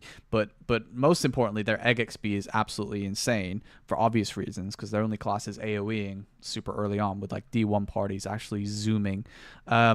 And even with third job, obviously mages are still faster because shiny kills more mobs than alert does. So I wonder if there's like a chance that you might be interested in changing purple mobs to provide bonus egg XP over yellow mobs. Currently, I think a level 51 character would get 5. Before an XP multiplier for a private server, obviously, would get 5 per kill. I think because it's the 1 level pass. So if it's 60 versus 61, so 61 would be 6. But it's the same whether you kill a yellow, orange, red, or purple mob, which means obviously mages, they zoom through egg XP so fast and leave the physical attackers behind. Is there any chance that might be something you'd be like, okay, it's not int-like, but we've already made a few change. Is that something on the cards, or is it like a no-go? We are not planning to change anything in terms of that. Some classes have their advantages and disadvantages, and mages have the advantages of EXPing their eggs fast. And on the other hand, you can play as a PA and go to the higher areas faster, drop a G59 stick, and trade it for a G50 animal or something. So there is a way. There is always a way. Yeah, I mean, there's definitely an economy with it. I mean, mages can't go to those spots, but the PAs don't actually need the gear they're dropping, so they do have to just sell them to the mages anyway. So to me, it's not an equivalency, but I also understand it wouldn't be accurate. And fair enough, no changes there. Understandable. We'll move on.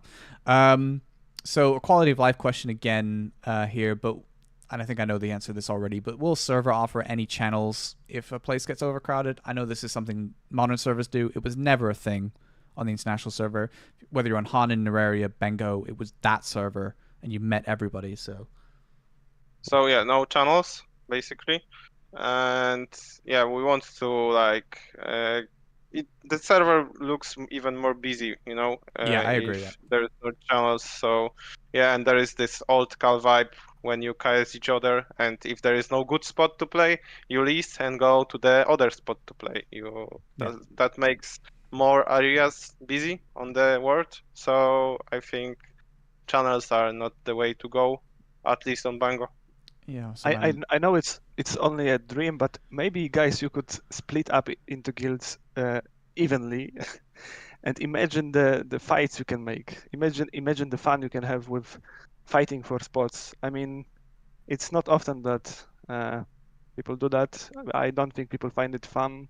But if you somehow made the guilds Yeah. balanced in a way, It that would is be it is cool. a shame that we just have the assassin systems. No way to like one thing BDO did do when they still had it in the game was GVGs where you could just declare war on a single guild. That would be very cool, but guess not possible really here. You have to Maybe use we the could assassins. maybe we could disable damaging in PvP in party when there's assassin, so you could like make scene parties. I don't know. That just came up randomly now, but maybe we can do something about it. Well, we'll talk about that Redoti in a second. So we're just closing up here on a few of the quality of life before we get into content phasing. So is there anything new we can expect with Honor? I know that it's likely just to be, as you said, the EMOC thing, which is not something a lot of servers still do, but it is int-like. There's the potential for the gear, which I assume that'll be released later. You don't want people getting Honor G62 weapons too early. And the skill book's obviously the huge one. So is there anything else that we should expect from Honor other than what I've just listed there? And also, as a dreamer, is it possible to have a castle war and then you have like a leaderboard on the website? You can see who killed the most or whatever. For now, there's only like Honor shop and also tag next to your name, of course. But I don't know what other servers do, but we did it in like the higher level, higher Honor titles are limited to the server count. So there can only be one. What's the latest one? I can remember. General. You can only have one general on the server, and it you can flex, but that's not something for economy of your character. But I think we will at some point we should have it before start, the kill count on GVGs, right, Zen? Yes, for sure. And also we are considering adding the honor points for killing in PvP, but not in all on PvPs, but probably in all GVGs and in BF. And it will be also limited to how much honors you can get per battlefield or per GVG, and also the difference between your ranks, honor ranks, will matter. So if you, as a general, kill a recruit or no rank, you will get like 5 points. But if you, as a recruit, kill a general, you will get like 60, 70 points. And we will probably cap it to, I don't know how it was in like, but I think it's something like 1k honors per scenario. So yeah, something like that. Fair enough. So there is also motivation to play this PvP because you can get honor points and get skill books, get honor weapons faster. So this is the last question under this kind of section. Was a question I got. Just before I do that, again, like I did link the YouTube and I said at the start, I cannot stop Twitch from running ads. YouTube doesn't have any ads. Click the YouTube link. It shouldn't have any ads.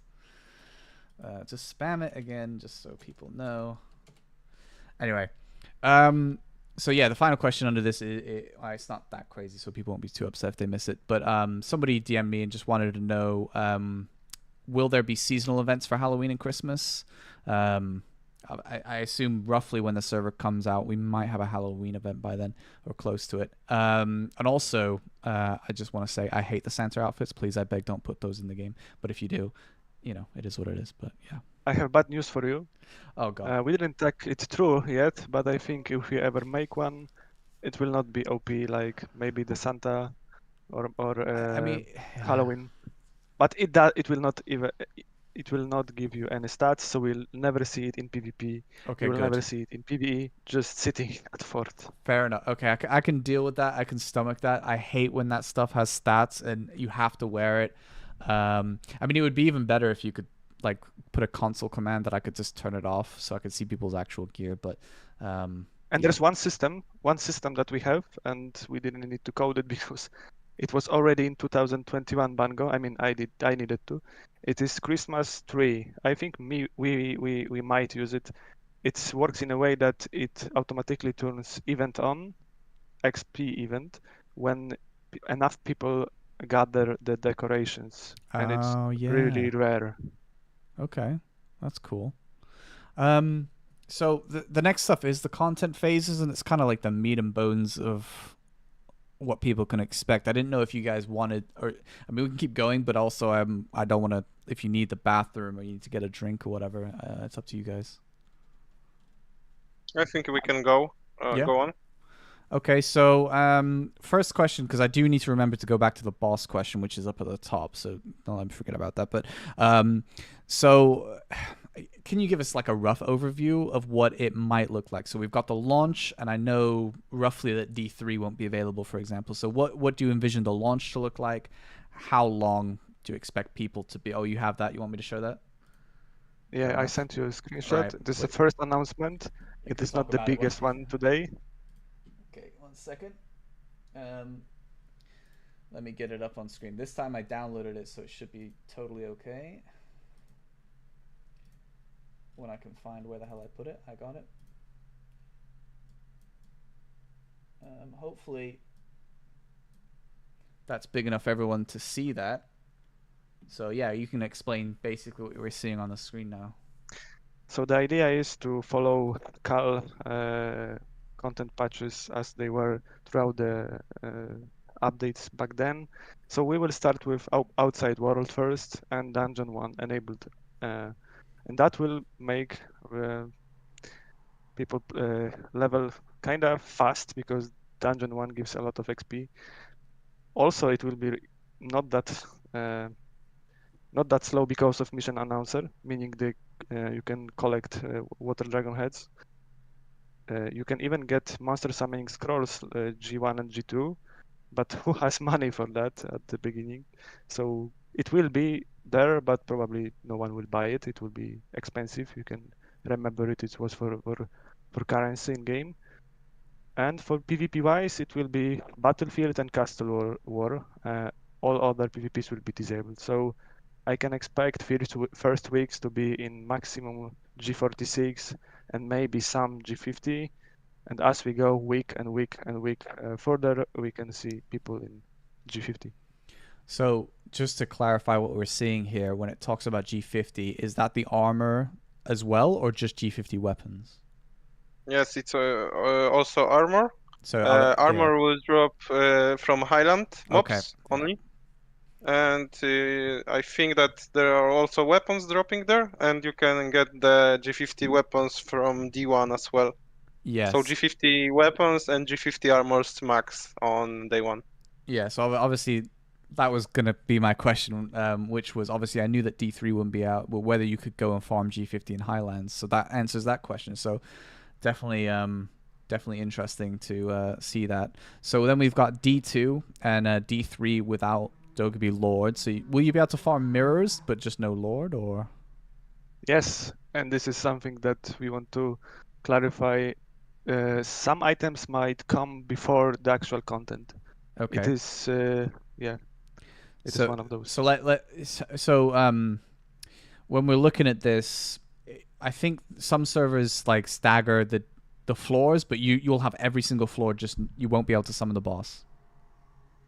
Exactly. Okay, and D2. Will it be worth it on the server, or is it kind of for G50? I would suppose G50. Because I think it doesn't only drop from the end room with the crazy sounding mobs. Yes, No. Does it drop? Actually, G50 drops in the third? D1, D2. I mean, even in the first hall from the higher tomb Really? keepers. Yeah, and okay. H2 already watchers, I think, already drop G56. Okay. And also, many people ask about this. In D3, F6, there will be G56 weapons dropping as well. This is a custom update. It's not in like it was like that in 2021, and we keep it like that. But will D2 compete enough against D3?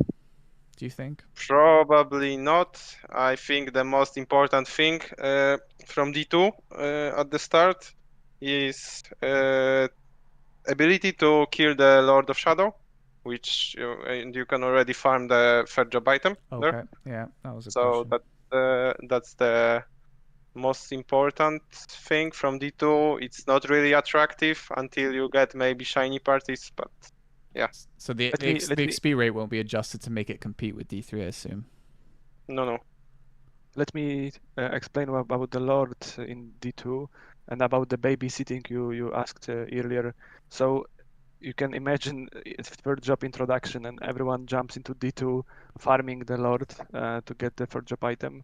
No, just simply get it early on because later on we will not increase the drop rate. Yeah. It's something we don't want to do. Okay. So then we're moving on to D4, but there'll be no way to summon the Queen. You get the MSS, the Summoning Scrolls, 3rd grade. GVGs will be added. Now, I did have a question on GVGs specifically, and I can't remember if I asked it later, so I will just ask it now. Will all the scenarios of GVG be in the game? So I think it's 3, isn't there? The reason I asked that is because I think protecting the leader is a little bit cancer. Because it kind of forces your GM to play Commander General. Otherwise, you're not really competitive. But just a quick question on that. So, we planned to like 3-4 months ago. We planned to implement all of them, but we end up only at the tower destruction one. That's the best one, to be honest. Although we have the real spawns from 3-3 GVG, I mean, so there will be exact spawns of the same mobs like you remember it from the old days in 2009. So it will be all int-like, but it has to be implemented. Probably you will see it on this version, but I'm not sure. Okay. Yeah, I mean, I hate So we are protecting the leader for restricted. that. Go ahead. We are restricted by time. I mean, we wanted to add so many things, but unfortunately we only made 3.1, and yeah, we work on it Yeah, outside of our regular work. So fair you can enough. imagine. Yeah. So your honor shop will be added. Is that just the books? I assume because the max gear is G55, G59, so I assume it won't include the weapons. When we add it initially, it will be, I mean, with this D4 update, it will be skill books, it will be G55 shield and G59 stick, because the only weapon from honor is G59 stick. So yeah. Yeah. Okay. And other than that, there will be skill books and accessories, of course. Yeah, accessories. Yeah. So And on our server, you will be able to buy these hermit necklaces and rings, and you can upgrade them up to 7. And as on int, you need to use hermit waters to upgrade it, and you can buy hermit waters in DC shop. So, moving on from there, then we get the EMOC, which will come with the boss. The Queen will be added, the grade 4 of the Monster Summoning Scrolls, and then G60 gear and G62 will be added. Now, up until this point, I assume we're still getting the whole set of armor. We're not looking at like, oh, here's the sides, and just that'll come with just G65. Is that right? That you'll get full G60 available. Yeah, we will add from the one update, and our full set will be available. Also, so the way we add it is that sides will drop from lizards and upwards. So lizards, twisted demons, guards, and stuff. And I think that the main parts will start to drop from soldiers and the higher mobs. And of course, EMOC boss will drop the G60 and G62 golden stuff. By the way, golden stuff will drop in EMOC only. Yep. And when we move to D4, Queen will drop darkness stuff. There will be no difference in terms of stats between G60 darkness and golden. Only visual effect, and you won't be able to switch between it, so the darkness will be kind of visual effect only. Okay. And also one more thing, when we're talking about the G60 and G62 especially, we will also enable them in mobs, which were decided by Enixsoft then they decided to add them, which was D2 commanders. They will drop G62 golden weapons. Interestingly, also the D4 demon crazy worker and demon defender will drop G62 weapons. Also, D3 floor 8 high class guardians and I think giants will drop G62 weapons too. Wow. And I But think wait, that's it. wait. Only since this patch release. So Yeah. So just a quick one, and just to clarify before it might come up, does the beta fire effect work? And when you have a mix of golden and dark? No, it will give the same stats. No, but so if you have like bit of fire. yeah, so you're if you have asking. darkness boots and then It's golden interesting shorts. because I never thought about it. I will check, but I think it should. Okay. What do you think, Zen? It should, right? It should for sure. Okay. So then after that, we're moving on to Forest of Elements. So this is the third job, Dugby Lord, who. So that answers my earlier question. There won't be like a G50 version, like killable with G50 gear version of the Dogby Lord. It'll be like, players will be a bit more juiced than that by the time they're taking on the Dogby Lord. And then we've got, obviously, the third job. Thief is then being added with third job. So not earlier than third job. So it's quite late in the content cycle that Thief is being added. And G65 weapon aside. We call this update like huge update. It's one of the biggest one. We don't want to split it. Let's do it everything in one go. You can imagine plenty of activities you can do at the day one. So it's dropping the third job items. You can go and get G65 because you already have collected the mirrors.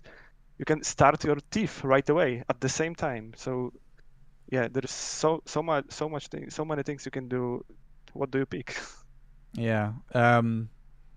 Obviously, it's what you have in mind. I mean, for me, I'm surprised the Thief isn't like maybe a little bit earlier, but I get what you're saying. You just want to lump it all into one big update kind of thing. So that's definitely going to be interesting to see what players prioritize. And as you said, they will have collected mirrors, so we'll see how many Togepi Lords they want to summon, and if there's any kind of fighting over that, which we'll get into. So just before let's also talk about G65 go for weapons it, inside. So G65 weapons will only be available from Doggy Lord. So if you farmed enough mirrors, you will be able to get them. And G65 sites for this particular moment, the FOE max scenario, they will only drop from the majors at FOE. Later on, we will add them to D5 MK as well, and the high class at the higher floors in D5. So at that point, you're just looking at sides and the weapons. And is the weapon just from the Dogby Lord, or is there another way to get G65 weapon? I can't remember if you said. For now, yeah, there is only one way to get it, which is Dogby Lord. So basically, mirror will grant you a weapon because we will keep the drop rates intact, and the mirrors will drop, for example, 3 times faster. So it's basically the drop rate increase we're talking about. Yeah. So when you kill a lord, there is a guarantee to get one G65 weapon every time, and I think 10%, right, chance to get another one. And also Doggy Lord horns and G56, G59 weapons from it. And the Doggy Lord is the only boss that is not subject to the new drop distribution system. So tanker party gets all the loot.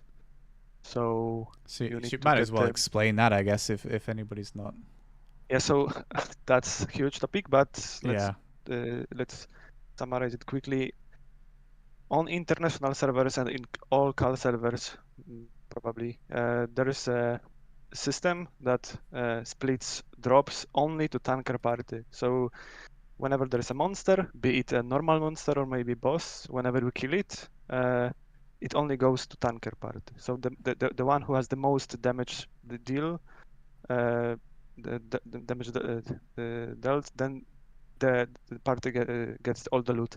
Is it not It's kind of threat? I thought unfair. it was threat, wasn't it? What do you mean? Aggro. Yeah, aggro. It can be increased by hostility with different spells, and it can be decreased by some classes.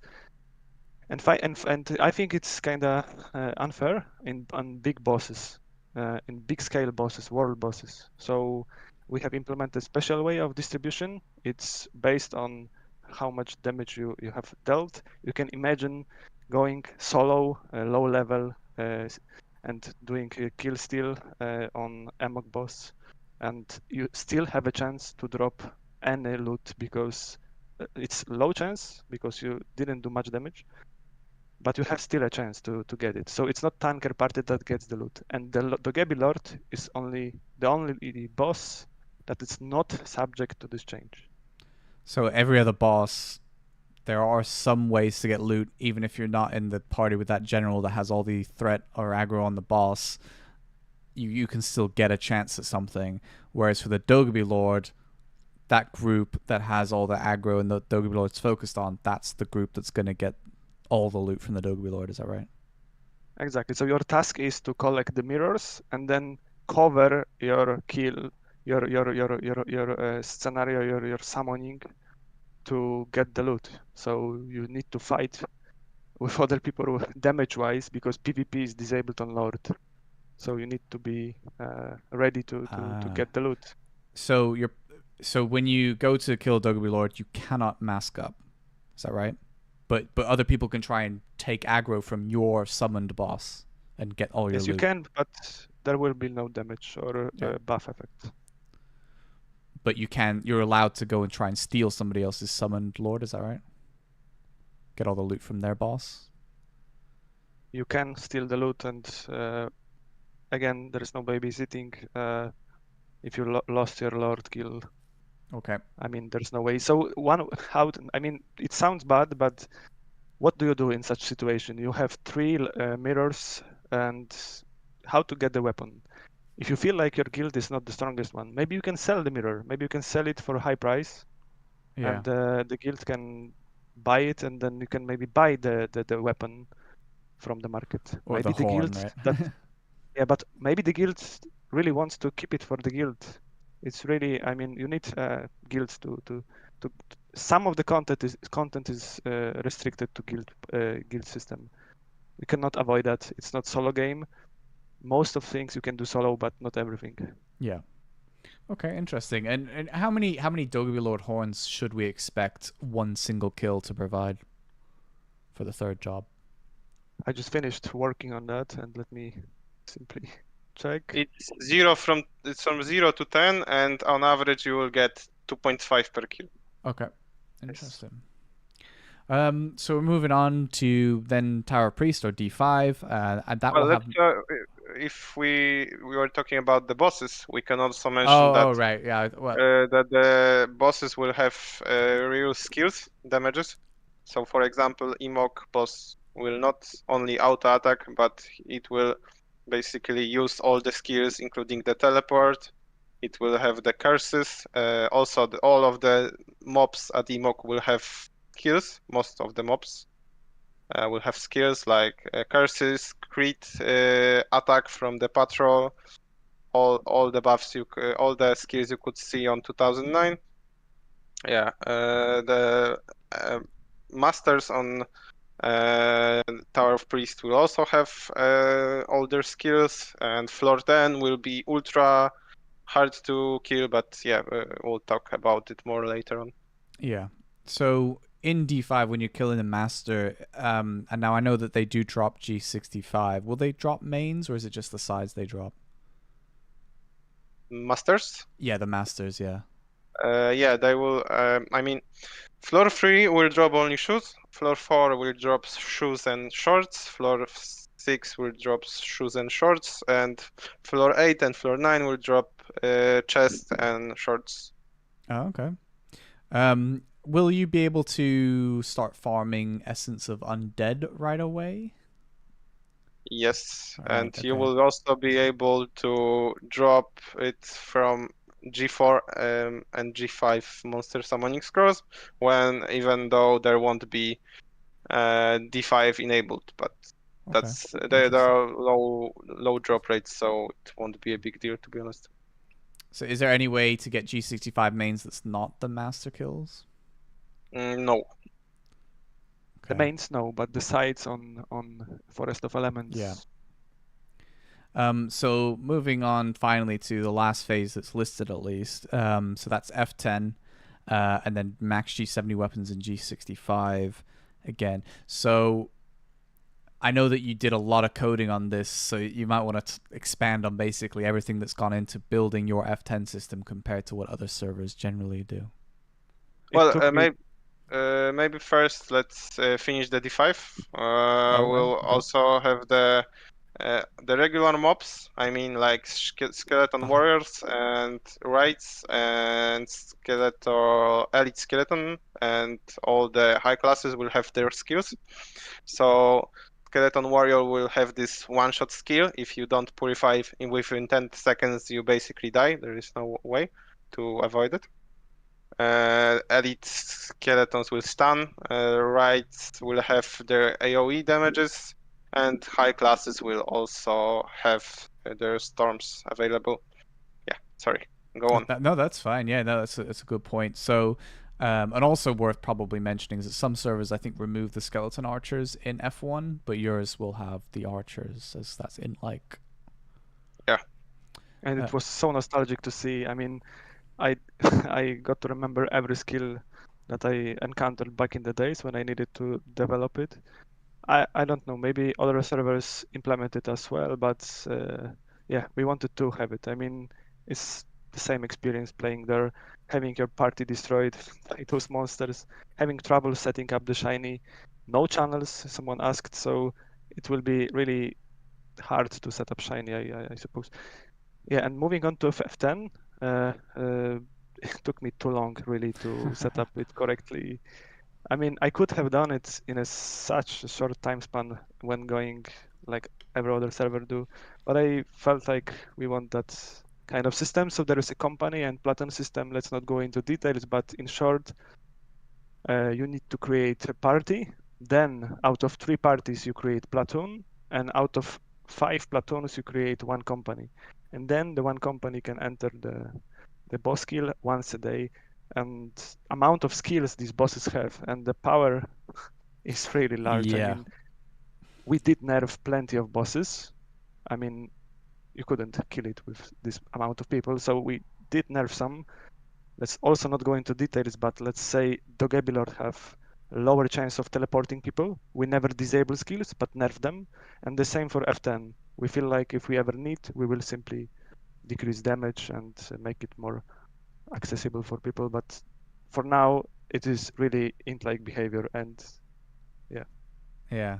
I mean, I was there with a thief and I was getting stupid amounts of damage from these guys, so it's going to be very interesting. Will it be the case that it's worth, if you can get into like a leeching company, of like lower level characters, is it going to be worth for them to sit in a corner, or is this a participate or no reward type deal with F10? So the XP, yeah, again, so this kind of modified new distribution of drop and XP because everyone gets the same amount of XP. So you can leech basically, Okay. but it's kind of hard, there is damage every 5 seconds, I think. You need some HP to handle it. Yeah. You need a party to invite you, so they will not add leeches if they don't like. So the company leader needs to decide. So You also that's have one thing. to collect the POUVs as well. Yeah, So Piece of Unknown World. So you need a lot of those just to even get in, basically. Yeah, it's not like you click NPC and register and you say, haha, I took the spot. No, Yes. there is not like that. It won't be kind of easy, so to speak, to get your brand new thief into F10, basically. And I hope we balance it in a way that first, even 10 or 20 kills, 10 to 20 days, the first days will be failing. I mean, I hope people will not manage to kill it in the first days. I really want people to organize in a way that they are happy that they set it up correctly and they feel that it's like rewarding, because the the drop is really high rate, I would say. Every time you kill it, you have like 25% chance to get G70. So there's 2 bosses, you do it every day, but you need to set it up correctly. You need people, and I hope we will have such people, such a player base at that stage. I just hope, but If we will. so if people were struggling, or sorry, people were farming it very, comfortably, is there any chance you'd move it off? Because every day is a lot, isn't it? So if it was successful, people were doing it easily enough. Is there a chance you'd be like, let's move this to one a week, or is one a day? I don't like definitely? it. It's not in like. We don't want to like change it after we publish it. It's not fair. Yeah. So that's hard decisions always. So we've basically done the overview of all your content patches. Just giving us a rough idea. Let's look at content phase 1, outside world and D1. How long would you preferably like that to last before you move to phase 2? We have it all written down. Oh, We okay. want to share it like this. I mean, you don't have to if it's not something you're ready to. But if you We might. are, then But don't clip it, okay? So maybe it will be off. So let's say it maybe then, right? well, you So can. we, But people can watch the VOD of the stream, so it's up to you whether you want. I feel- Well, I feel like we should then, because there are people that really look for a really low rate server that is so low rate that ×1, and we don't want to scam your time, You want to simply say, I don't want to play on such high rate or maybe too low rate, so let's say it. Yeah, go for it. Yeah, so we typed 2 or 3 weeks for the entire content of the first box. Okay. I hope that by the time we have a maximum of highlands, people cannot have ice restriction, so there is no AoE playing on highlands, so meaning the G50 armor drop rate will be slow. I still hope that G46 will be most popular. So it's 3 weeks, 2-3 weeks for the first content. Another 2-3 weeks, the second content. It's like 2 or 3 weeks each time, and maybe for Forest of Elements, the huge update, it's like maybe 1 month. But I hope like we will basically check player levels. Yeah. So if we see player are high enough, we will add the content. I hope to give a notice 1 week before. What do you think then? So it's not like, hey, tomorrow we will add update, or maybe it will not be also as strict, so that Well, it will be hard to say when people will reach certain levels on the early parts of the game. But yeah, we'll try to update you guys like sometime before. Yeah, I mean, I'm going to be honest. I'm not going to be shocked if we have people ready with IR within a week and a half. But, maybe not. People One are thing, pretty degenerate. So top. I remember people having 73, 74 level, and still there was no third job update on Global Kal. Can you remember that? Yeah. So I hope that now we have content prepared. We will add it. It's just a matter of time. It's not like we need to code it from scratch. So you have our word that the content will come. So even if you need to wait for that, because we want people to catch up, I hope you stay. I hope you still have fun. We are clear that we have no Valley of Deva at all. It's not prepared. We have no picture of hell, and we have only 1 GVG. We are clear about that. I mean, we are open. Just you see it now. Is We're int open like about POH not possible? it is possible, but it's time consuming for us. Right. Okay. I was just curious. Yeah, I think we'll focus when the server will be stable. We'll probably focus on adding the remaining GVGs and VOD, Yeah. So we are ready when it's needed. I mean, VOD is really cool. I think personally, I really like it. I think I talked to you previously about it. Like you can AOE or you can do like super tanky mobs where you're just kind of chilling and Unearthly Ghost finally has a chance to like not be shit after third Yeah, job, which is cool. VOD will be probably like only VOD will be probably 3 months of work Yeah, for us. fair enough. I mean, yeah. I mean, as long as it is VOD, I absolutely despise, and I don't know how people in chat feel. Dungeon 6 looks like, when you go to your grandma's house and she has the weird ass curtains and stuff. That's what it reminds me of. It's so depressing, and boring, and We yeah. agree on that. VOD's diversity of mobs are cool. The area is cool. So yeah, I love that VOD is the direction, and we did talk already about Essence of Undead. So I think I can't remember. It's been a long time. You need something with Ilya, don't you, as well, to get into Yeah, VOD plus and the Ilya ring for it. and Yeah. 100 Essence of Undead, something like that. Yes, and 5 essences from each master, one each master. Yeah. So VOD would be very cool, I think. But obviously, we understand that that's going to take some time. Now, if you don't mind, I'm going to just step onto my my soapbox and talk about bosses just Let quickly.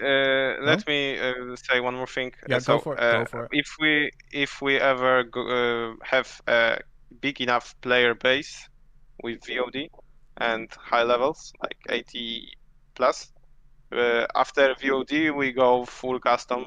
We won't go D6. We will probably design our own areas. So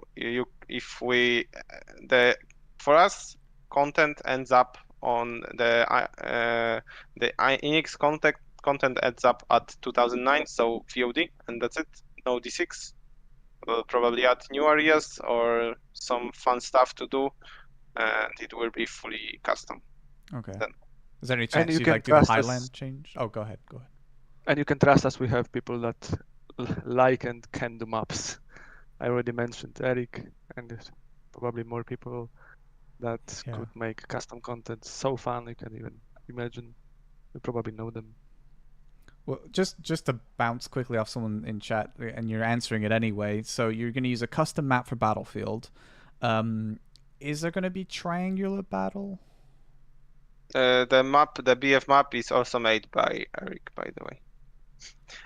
And the triangular battle Is it? we want. Or wait, is it? Are you sure? Because isn't it you, YUI?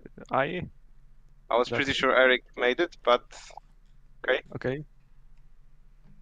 Yeah, fair enough. I mean, yeah. So triangular battle, maybe? Yeah? No? Possibly? And I think no. Okay, fair enough. So there are a few like lingering questions. Actually, I'll step back off my soapbox. We'll get that in a second. I know the answer to this, but I'm gonna ask it because other people don't always know. So a lot of servers allow you hit third job and you can unlock both skills. Not int like at all. Obviously, the secondary skill comes at level 75. However, the problem is for whatever reason, Inix in their infinite wisdom have made vital skills at 75 for some classes, whereas some get away with the skills at 70.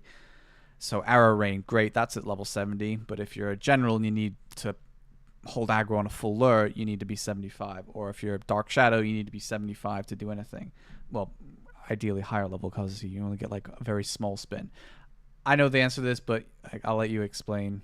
I have short answer and kind of fun answer. So short answer is we stick in like, and there will be no change in for job. But also fun answer is that did you know that there was only one skill and on level 70 with no grades at all? If you want int like, we can do such thing, but sorry to say, but there is no secondary skill then. Yeah, there was so many things that shocked us when we see the real setting, and we really like to stay with 2009, which is 70, 75, the same grades, the same damage. I mean, the same as back then. So even if it's OP or. There you go. Same cooldown, same cast time. Yeah, and spin slash back then was 3 minutes. Do you want it? Yes. Nerf Goss. It's not 15 seconds either on Bango. we have picked a time point that gives you 30 seconds. Yeah, I mean, maybe we should actually discuss, instead of delaying Thief, let's delay Mages. They don't play like the other classes. Just joking. So yeah, that's going to be pretty rough for Hitmen, and obviously, as outside of bosses, Unearthly Ghost doesn't really will struggle. So just keep that in mind. I suppose you have counteroffensive. It's quite difficult to implement that into third job party. So we'll just see how that goes. So yeah, that was that's basically the content patches. I think we've covered that pretty well. And I will just my thing on bosses, I'd really love it if bosses outside of the Doby Lord didn't drop the best gear, and instead you go there for just other types of loot, tons of enhancing stuff, money, things like that. When you said that the master kill would be the only way to get G65 mains, my heart did sink a little bit, because I do really enjoy, you're grinding for hours with the homies and then you get that G65 main drop. It does kind of damper that a little bit, that you basically have to kill the boss to get a chance at the mains. But yeah, I mean, it is what it I get it, but master kill isn't really a good example, because it's 5 of those and it's 4 times a day. Your activity for the week can be only playing masters. So it's like, it's not like once every time. You can do it every entire day. Yeah. But the other bosses, yes, it's once in the week, and it's really hard to get mains from other. I mean, G60 is from emoc, from regular mobs. Yeah. G62 as well. It's not many things that are restricted on bosses. It's G65 weapon, it's G65 mains, and it's just G70 weapon. So it's the top tier gear. Yeah, and VOD probably will drop some of this stuff. I think G65 stuff, the entire set will drop there. Not sure about weapons, to be honest, but there will be some G65 VOD for sure. Yeah.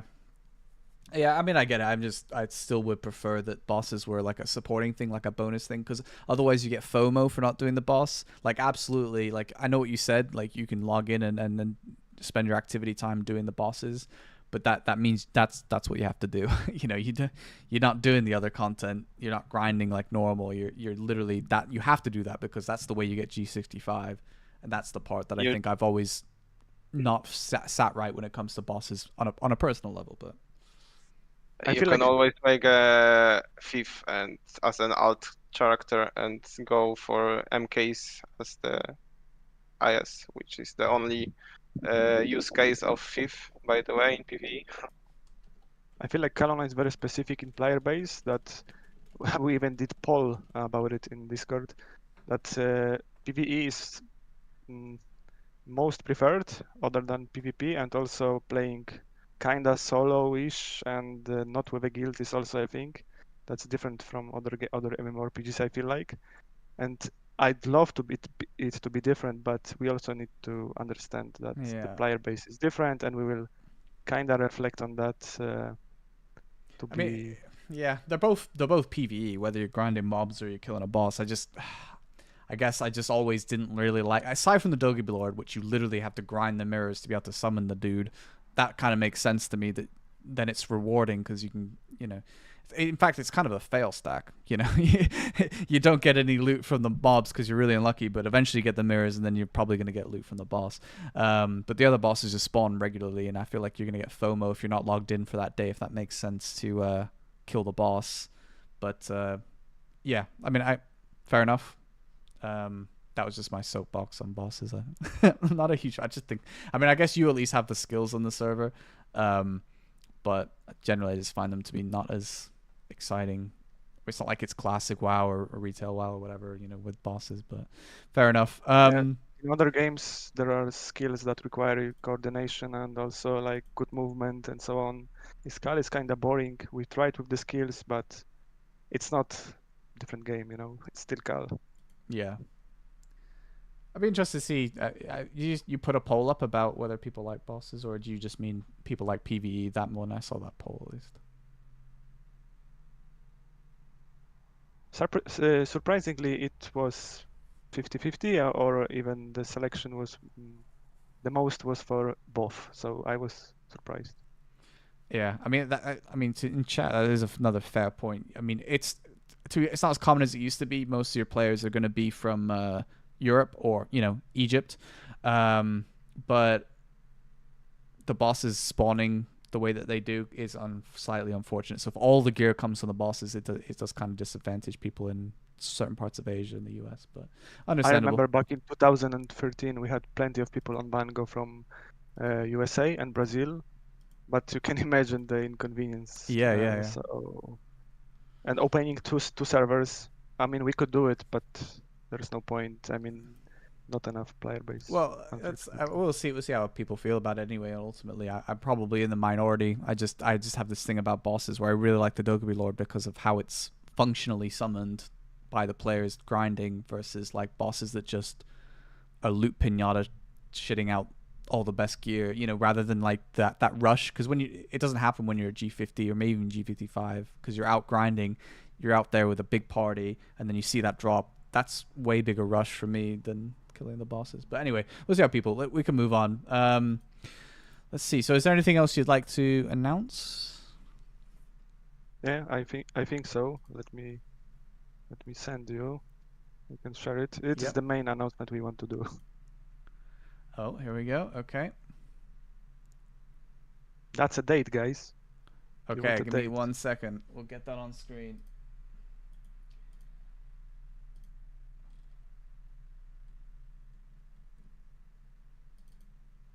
And there we go.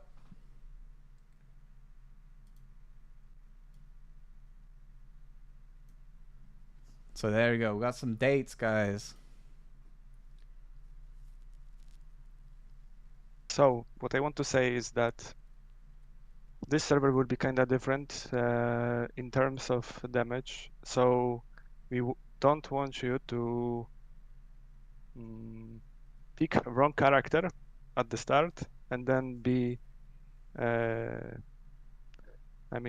be sad that your character is bad half a year later.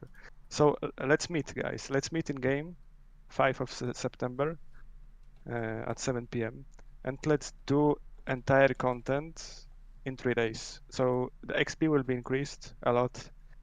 Everything will be increased. Like I will be there. I will be spawning all the content. I mean, all the timed content throughout the week. We will do it in 3 days. I hope we will also test the stability. So it's not only for you. I hope you will test all the damages you want, so we can decide what to play. But I want you to log in because we have the bot system that really stresses our server, and we are kind of confident. But the real launch is something we want to test. In 3 days, we will open it 7 p.m. Friday, close it Sunday. At the end of the day, let's meet, let's have fun, let's chat, let's give us feedback. Let's do it. So and if it's good, let's start. So if it's good, let's announce the official date as well. So with the open beta, what are we looking at? Players going to spawn in kind of how I'm looking at beta, where you get the items, or are we going to be you're going to try and be like, okay, start from level 1, we'll do that for a bit, and then we're going to give you the ability to get a higher level character. How is it going to play out? We want you to spend time. We don't want you to log in for one hour a day in these days. So unfortunately, there will no be big speed ups. So please, we want to stress that the server. We want to stress how our system works. We want you to be active. That's why you will need to train on your own, but the XP will be significantly higher. So let's help us. So it's ×3. I think you say ×3 on the actual official, but you're looking at a much higher rate for this beta test. Yes, maybe 20, 40, I don't know. It will be high enough so we can end up in really Dungeon 5, Floor 10 at the end of Sunday after Castle War. And hopefully with good results, that there are no crashes, no delays, and we can announce maybe even in game the start date. That would be fun. Yeah. Yeah, we also want to test the server stability, but we will also want to test our old engine stability, because that's the new thing we introduce, which is actually a very old thing. But yeah, only few people tested it so far, and we want you all to taste that old UI nostalgia on the beta and help us to fix any bugs if there are any. Yeah, so just to clear that up for anyone that's confused, you can choose to play with the new UI, which is what most servers will only allow you to choose because no one really runs the old UI or has the ability to. Or you can boot the game up in the old UI, so that needs to be tested to make sure it's stable and everything. Interesting. Will Thief be... Thief, I assume, will be available to play on the beta as well for players. Yes, entire content will be enabled like okay. it is now on the server. Yes. Looking into chat to see how much damage I did. Well, you won't have to look at chat. If you hit somebody in PvP, it has a floating text that actually shows you the damage, which is very, very cool. So now you don't have to look at your little tiny window to see how much damage you did. Instead, in PvP, floating text works. So you don't have to do both UIs. In both UIs. both UIs. So exciting times. So yeah, I guess we can. If there's nothing else, we can wrap it up from there. I know you want to ping people in Discord about different things, I'm sure. We can answer some chat questions if there are any. Yeah. So any questions, guys? You don't think has been covered? I mean, a lot of you have been asking questions that we definitely covered, but I can understand that you can't be here all the time. So if there's anything that you missed or that you'd like to ask a question, take the opportunity to do so now. The floating text for final damage, it doesn't work now. If we will have enough time, I will try to fix it, but not for now. So it doesn't work right now, but there's a chance it might be looked at. There's a Honor version of different weapons for Imperial as well. So yeah, we have it. We didn't think of the special monsters like larva and stuff yet. We probably won't introduce it because it's a 2015 thing and it was dropping like G70 weapons. Yep. Maybe as some kind of event for some time, but not sure. I killed one of those in FOE and it dropped the first G70 mage boots on the server. It was cool, but also stupid. The cash shop was already mentioned. You can probably revert the video on YouTube. Yeah, I mean, he put Kappa, but it's just normal stuff, Beaver. The regular kind of thing you'd expect to be in the cash shop is in the cash shop, plus a battle pass, I think, is the only like kind of unique thing, maybe. If you miss a day of fishing, you are behind? Yes. Basically, yes. Oh, Reddit has a good one with the new UI where you can learn skills remotely. No, the both UIs, you won't be able to learn skills remotely. You will have to run to the skill masters. But it won't be a big deal because we have the teleports to all dungeons, so don't worry about it too much. You won't be able to assassin on the Dogby Lord, but the other bosses you can? Yes. Right. And there's also one good question. Countermeasures for ground hackers and stuff. So we introduced, I hope it works, the counter Ditto and counter cheat engine stuff. So there is protection against cast times, cooldown times protection, and also you shouldn't be able to use Ditto ever. So your new Ditto and also a new old Ditto will be a coin in your keyboard to spam your splash. So splashing at Castle War is a strat still. There's no hate check. Stone of Birth, I assume you get one free one and then you have to Calcash? Yes. Someone in YouTube is just curious about will you release any guides, but I'm going to assume the answer to that is no. like, Until yeah, who I mean, else? I'm gonna try. I mean, I'm full time, and then my wife will be like, "What the f you doing on the computer?" So yeah, so I will do my best. But I can only really cover 3 classes at most to a high level, and then the other classes just as a vague level. Um, I'm pretty much a normie. I only play what I really like. I don't like change character every time I play a new server. So agree, nerf mage, by the way. Agree. Anyway, but going back to what we were talking about, I will try. Keep it on my YouTube channel, and I'll do my best. There might be some I will make some guides. I think I'll make a how to do the quest, because you have to do the normal quests. A lot of people don't know how to do that, I guess.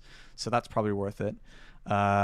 Enchanting, because I think enchanting in Kal is kind of confusing, because some shit doesn't blow up your gear. It just has to be repaired, and some stuff does, and I don't want people to lose their items and be like, oh, what the fuck. So yeah, there might be some stuff. Class guides, we'll see about that though. Teleports to element masters too? No, there won't be teleport to TOP at all. Just use saving scrolls once and Yes, you're free to go. you can buy them from Kalcash for only $9.99.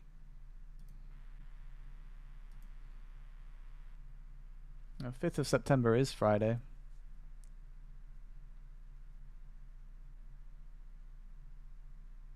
I mean, I'll double check on my calendar, but yeah, it is a Friday.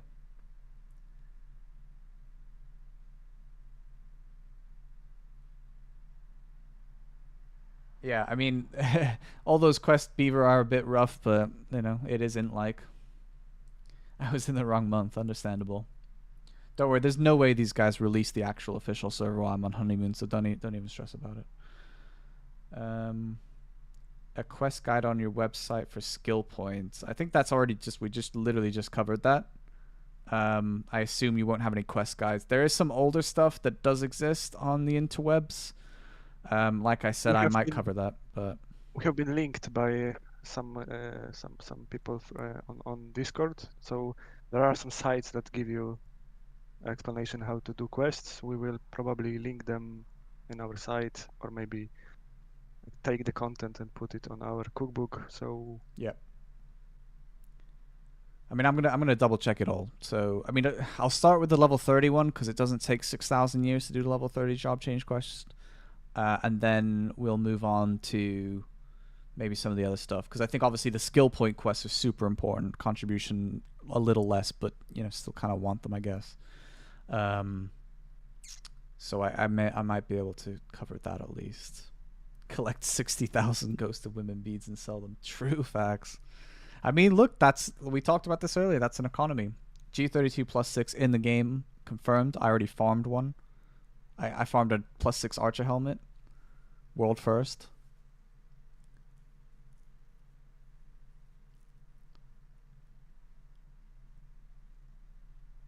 I mean, that's huge for CJBs, obviously, but I suspect that, you know, you could probably, if you were able to get a couple of them, they're pretty good for a long time. I mean, that's better than G42.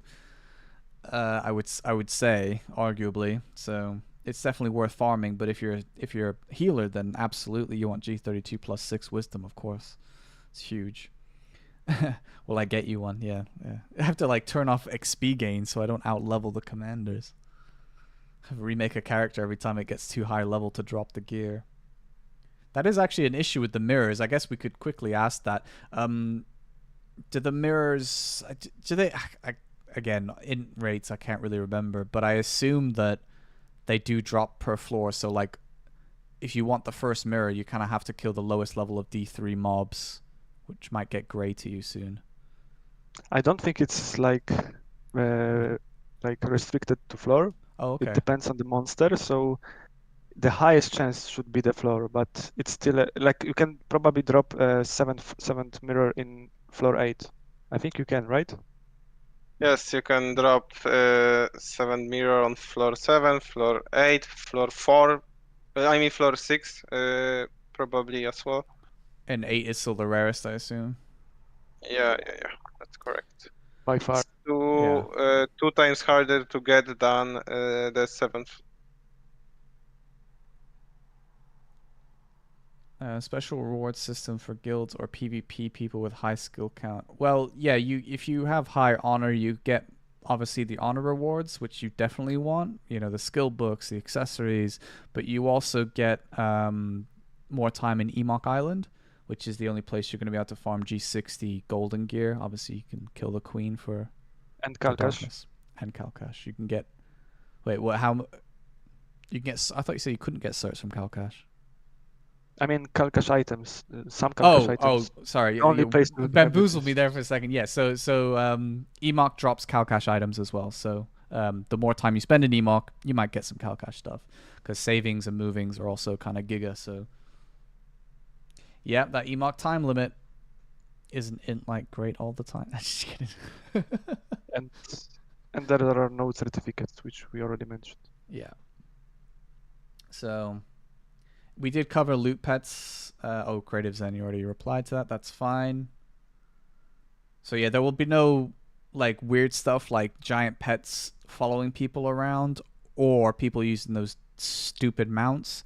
And also, I don't think it's been mentioned, but the animal transformations were sped up, so that's not int-like. So unlucky EAs that know how to use the bug to transform fast. G31 is a very pretty quick transform, and also worth mentioning, and I don't think it came up, was that he sped up the I say he as if I knew which of the two of you did it, but anyway, the enhancing when you enchant something, it's way faster, which is nice because that is long for no reason. So the enchanting of talismans, like talisman of attack, talisman of intensification and stuff, is 1 second. When you upgrade your stone of revision, it's instant, I think. And when you upgrade EB from EB1 to EB2, it's 1 second as well. BOF is 1 second too. So everything is sped up. I think mixing is faster as well, right?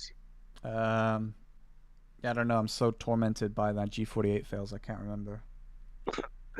Yeah, it should be 1 second too.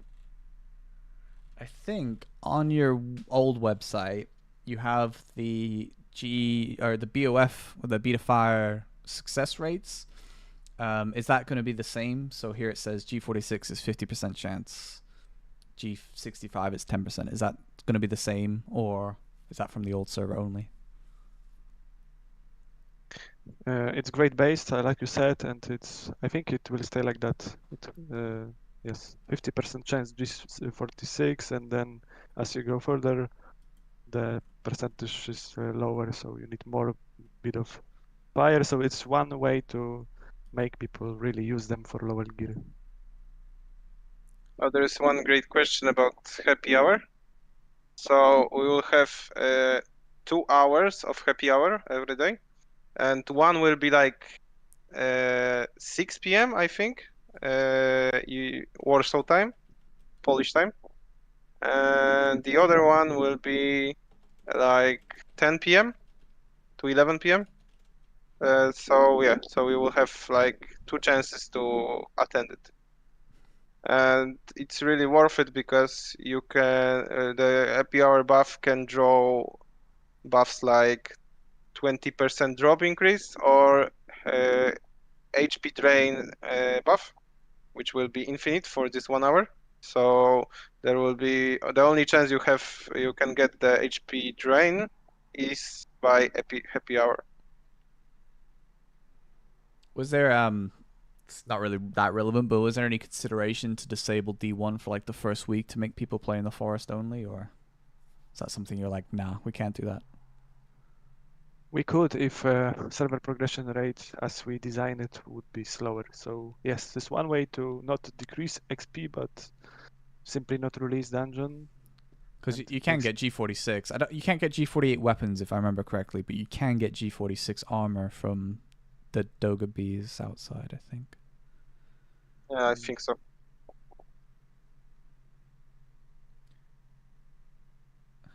Yeah, to be fair, it might be worth talking about where we're at with the Calcash, with the Stripe versus PayPal war. I don't know if you want. I think that Stripe actually supports PayPal, so there is no problem with that. Okay. I will just plug in the PayPal and But still, Stripe is much better. I don't know why people still use PayPal, to be honest. Anything else, guys? Anything that's obviously we have the Discord, so make sure you join the server Discord. It's, I mean, you can get the link from the website and the QR code that I have there too. And the drop list has just been pinged as well if you want to take a look at that. So it's a fully cloned int drop list, I think, but it's the int rate, so that but times 3, would that be correct? Or is the drop rate different from the XP rate? It's already times 3. Oh, it is, okay. Yes. Sheesh. Yeah, there's some goofy stuff in there, but that's what int was. It was goofy sometimes, but it's still better than G100,000 reborn G2. I mean, Stripe is it's a little bit more corporate. It's what a lot of companies use to pay out people that do contracting work for them because it's really safe and secure. I think it's more US thing, to be honest, Stripe. He's from the US, so that didn't really help there. But yeah, I get what you're saying. Ah, okay, then never mind. Yeah, the trinkets, definitely trinkets and rings and belts may be worth quite a bit of money, you know, early on. You get that. I remember getting that from Farming Desires outside of Fort, and I was like, oh yeah, big money.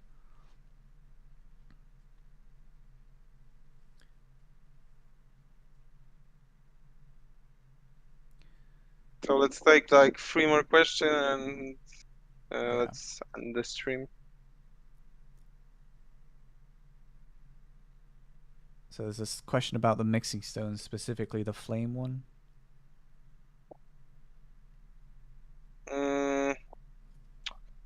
Yes. Basically, the flame will be kind of useless. It's cheap way to get to G3. Yeah. Or G2, because you can go from one G1 that's different to like stoner strength, right? Or Yes. make your weapon imperial, right? So yeah, still will be useful. A valid And the stone. Stone of Lightning is also changed, so there is no stacking. We already saw it in chat.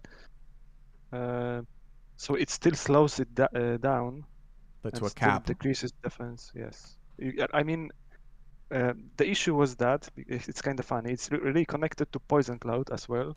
So whenever there is already Stone of Ice on a mob, on a boss, instead of ignoring the second effect, Global Kal has had a bug that simply slowed it twice. So if you keep spamming, it will slow it forever. And the same for death, meaning that if you go negative, you can one hit the boss. So that's bad. And the same is goes for Poison Cloud. So the issue, Creative Zen doesn't call it the issue. When you stay too long in the cloud, the buff reapplies, meaning that you get the immune, like in stun. So it's 45 seconds if you only stayed in once in the cloud. If you stayed for too long, it decreases, and simply cancels, and you have immune. Yeah. So it's kind of bug, but we keep it like that. So yeah, the mixing stones you will have to go to G1, G2, and then you can go for a G3 mixing stone. And if you're dented, you'll have obviously Demon's Blood. Yeah, I mean that was actually a question. I think in my original sheet was there any kind of temptation to change the type of armor you can use? Because obviously at a certain point it just becomes G50 chest for like 6 different weapon tiers. Is there any chance you might look at changing that? I don't think it would be the worst change if you could use gloves or a helmet so that, it's a nice bounce payment for lower geared players that are farming that gear and they don't have to rely on just getting the chest. Yeah, I just wanted to say that because as a low level player, you can go and farm G50 chests and make some money out of it. But if you're not going to boost the drop rate, that's still quite rare, and then, they have to rely on just getting the chests. I think that's a good question on the FPS as well. It's coming up.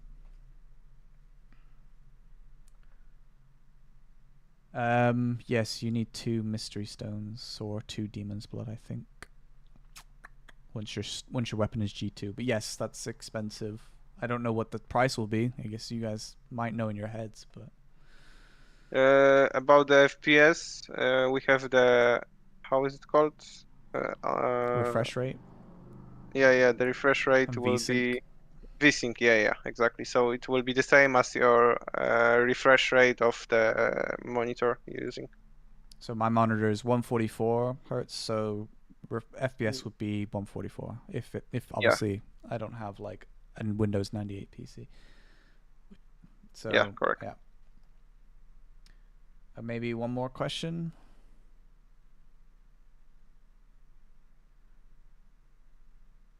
I guess, yeah, I mean, Red Audie says you can't really play Kal in full screen. It's always a window, so that still works correctly, I assume.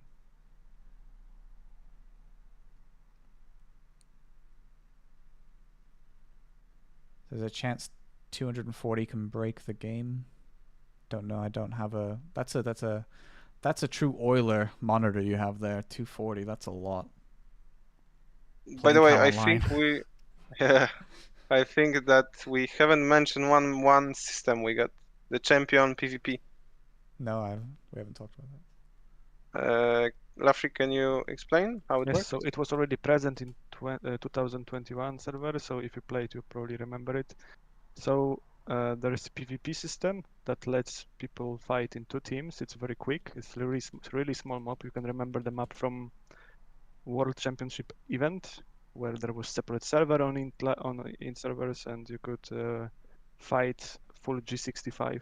I don't know if you remember, but the map is used to make people fight anytime they want, like a duel. It's 6 versus 6, evenly split depending on level, and you can do it as many times you want a day, and you get nice rewards for it. You get silver Kalkash, so you can buy Kalkash items, but reward is capped to 10 wins a day, so you should farm it, by the way. And you can simply register anytime you want. It puts you in the queue. You see how many people are in the queue, and whenever there's a full queue, like in other games, you get ported, and you have 1 minute to prepare, rebuff if you have CJB in the team, and you fight. 6v6 on demand, basically. Mm-hmm. Instead of duel tournament, unfortunately, which we don't have. Oh, okay. So no dual tournament, so it'll be this instead. Interesting. So yeah, I think that's all 3 questions, and CJB will be huge. So just gonna put that back up so people remember. Make sure you're aware. I mean, obviously, again, just to be clear, this stream was never really about announcements or thing exclusive to the stream. It's more about asking lots of questions about the server. All this stuff will probably be announced, I'm sure, in the Discord. So if you missed the announcement parts of it, the content phases and this, and that will be available to view shortly, I guess. But this stream VOD will be up, so if you want to go back and be like, I'm going to watch this back and see what questions were asked, go for it, because that's really what this was about. It was just questions, really. So yeah, don't forget that the beta test will be coming up, so we need as many people as possible to help test it for all kinds of reasons, including stress testing, but also, of course, actual testing of damages and balancing and all the rest of it, and seeing everything works with the systems, especially the old UI. So yeah, feel free to go back and watch it. Again, keep an eye on the Discord for official announcements towards the server. The guys said that during the beta, there might be announcement of the official release, which again may depend on how successful the beta is. If everything looks okay, then we might get that as well. So thanks for the time, guys. I really appreciate it. I'm sure everyone else did too. It was a really good time. Yeah, thank you, Anfield. It was really a pleasure to be part of the stream. Yeah, it was really cool. Thank you for having us. Really. Yeah. All right. Well, thanks everybody for watching. I'm gonna end the stream now because I might stream more of this beta that I have right now, which is a little bit different, but just to have a look at things because I need to make more content on it. But yeah, look forward to it, guys. Make sure to join the Discord, and see you on.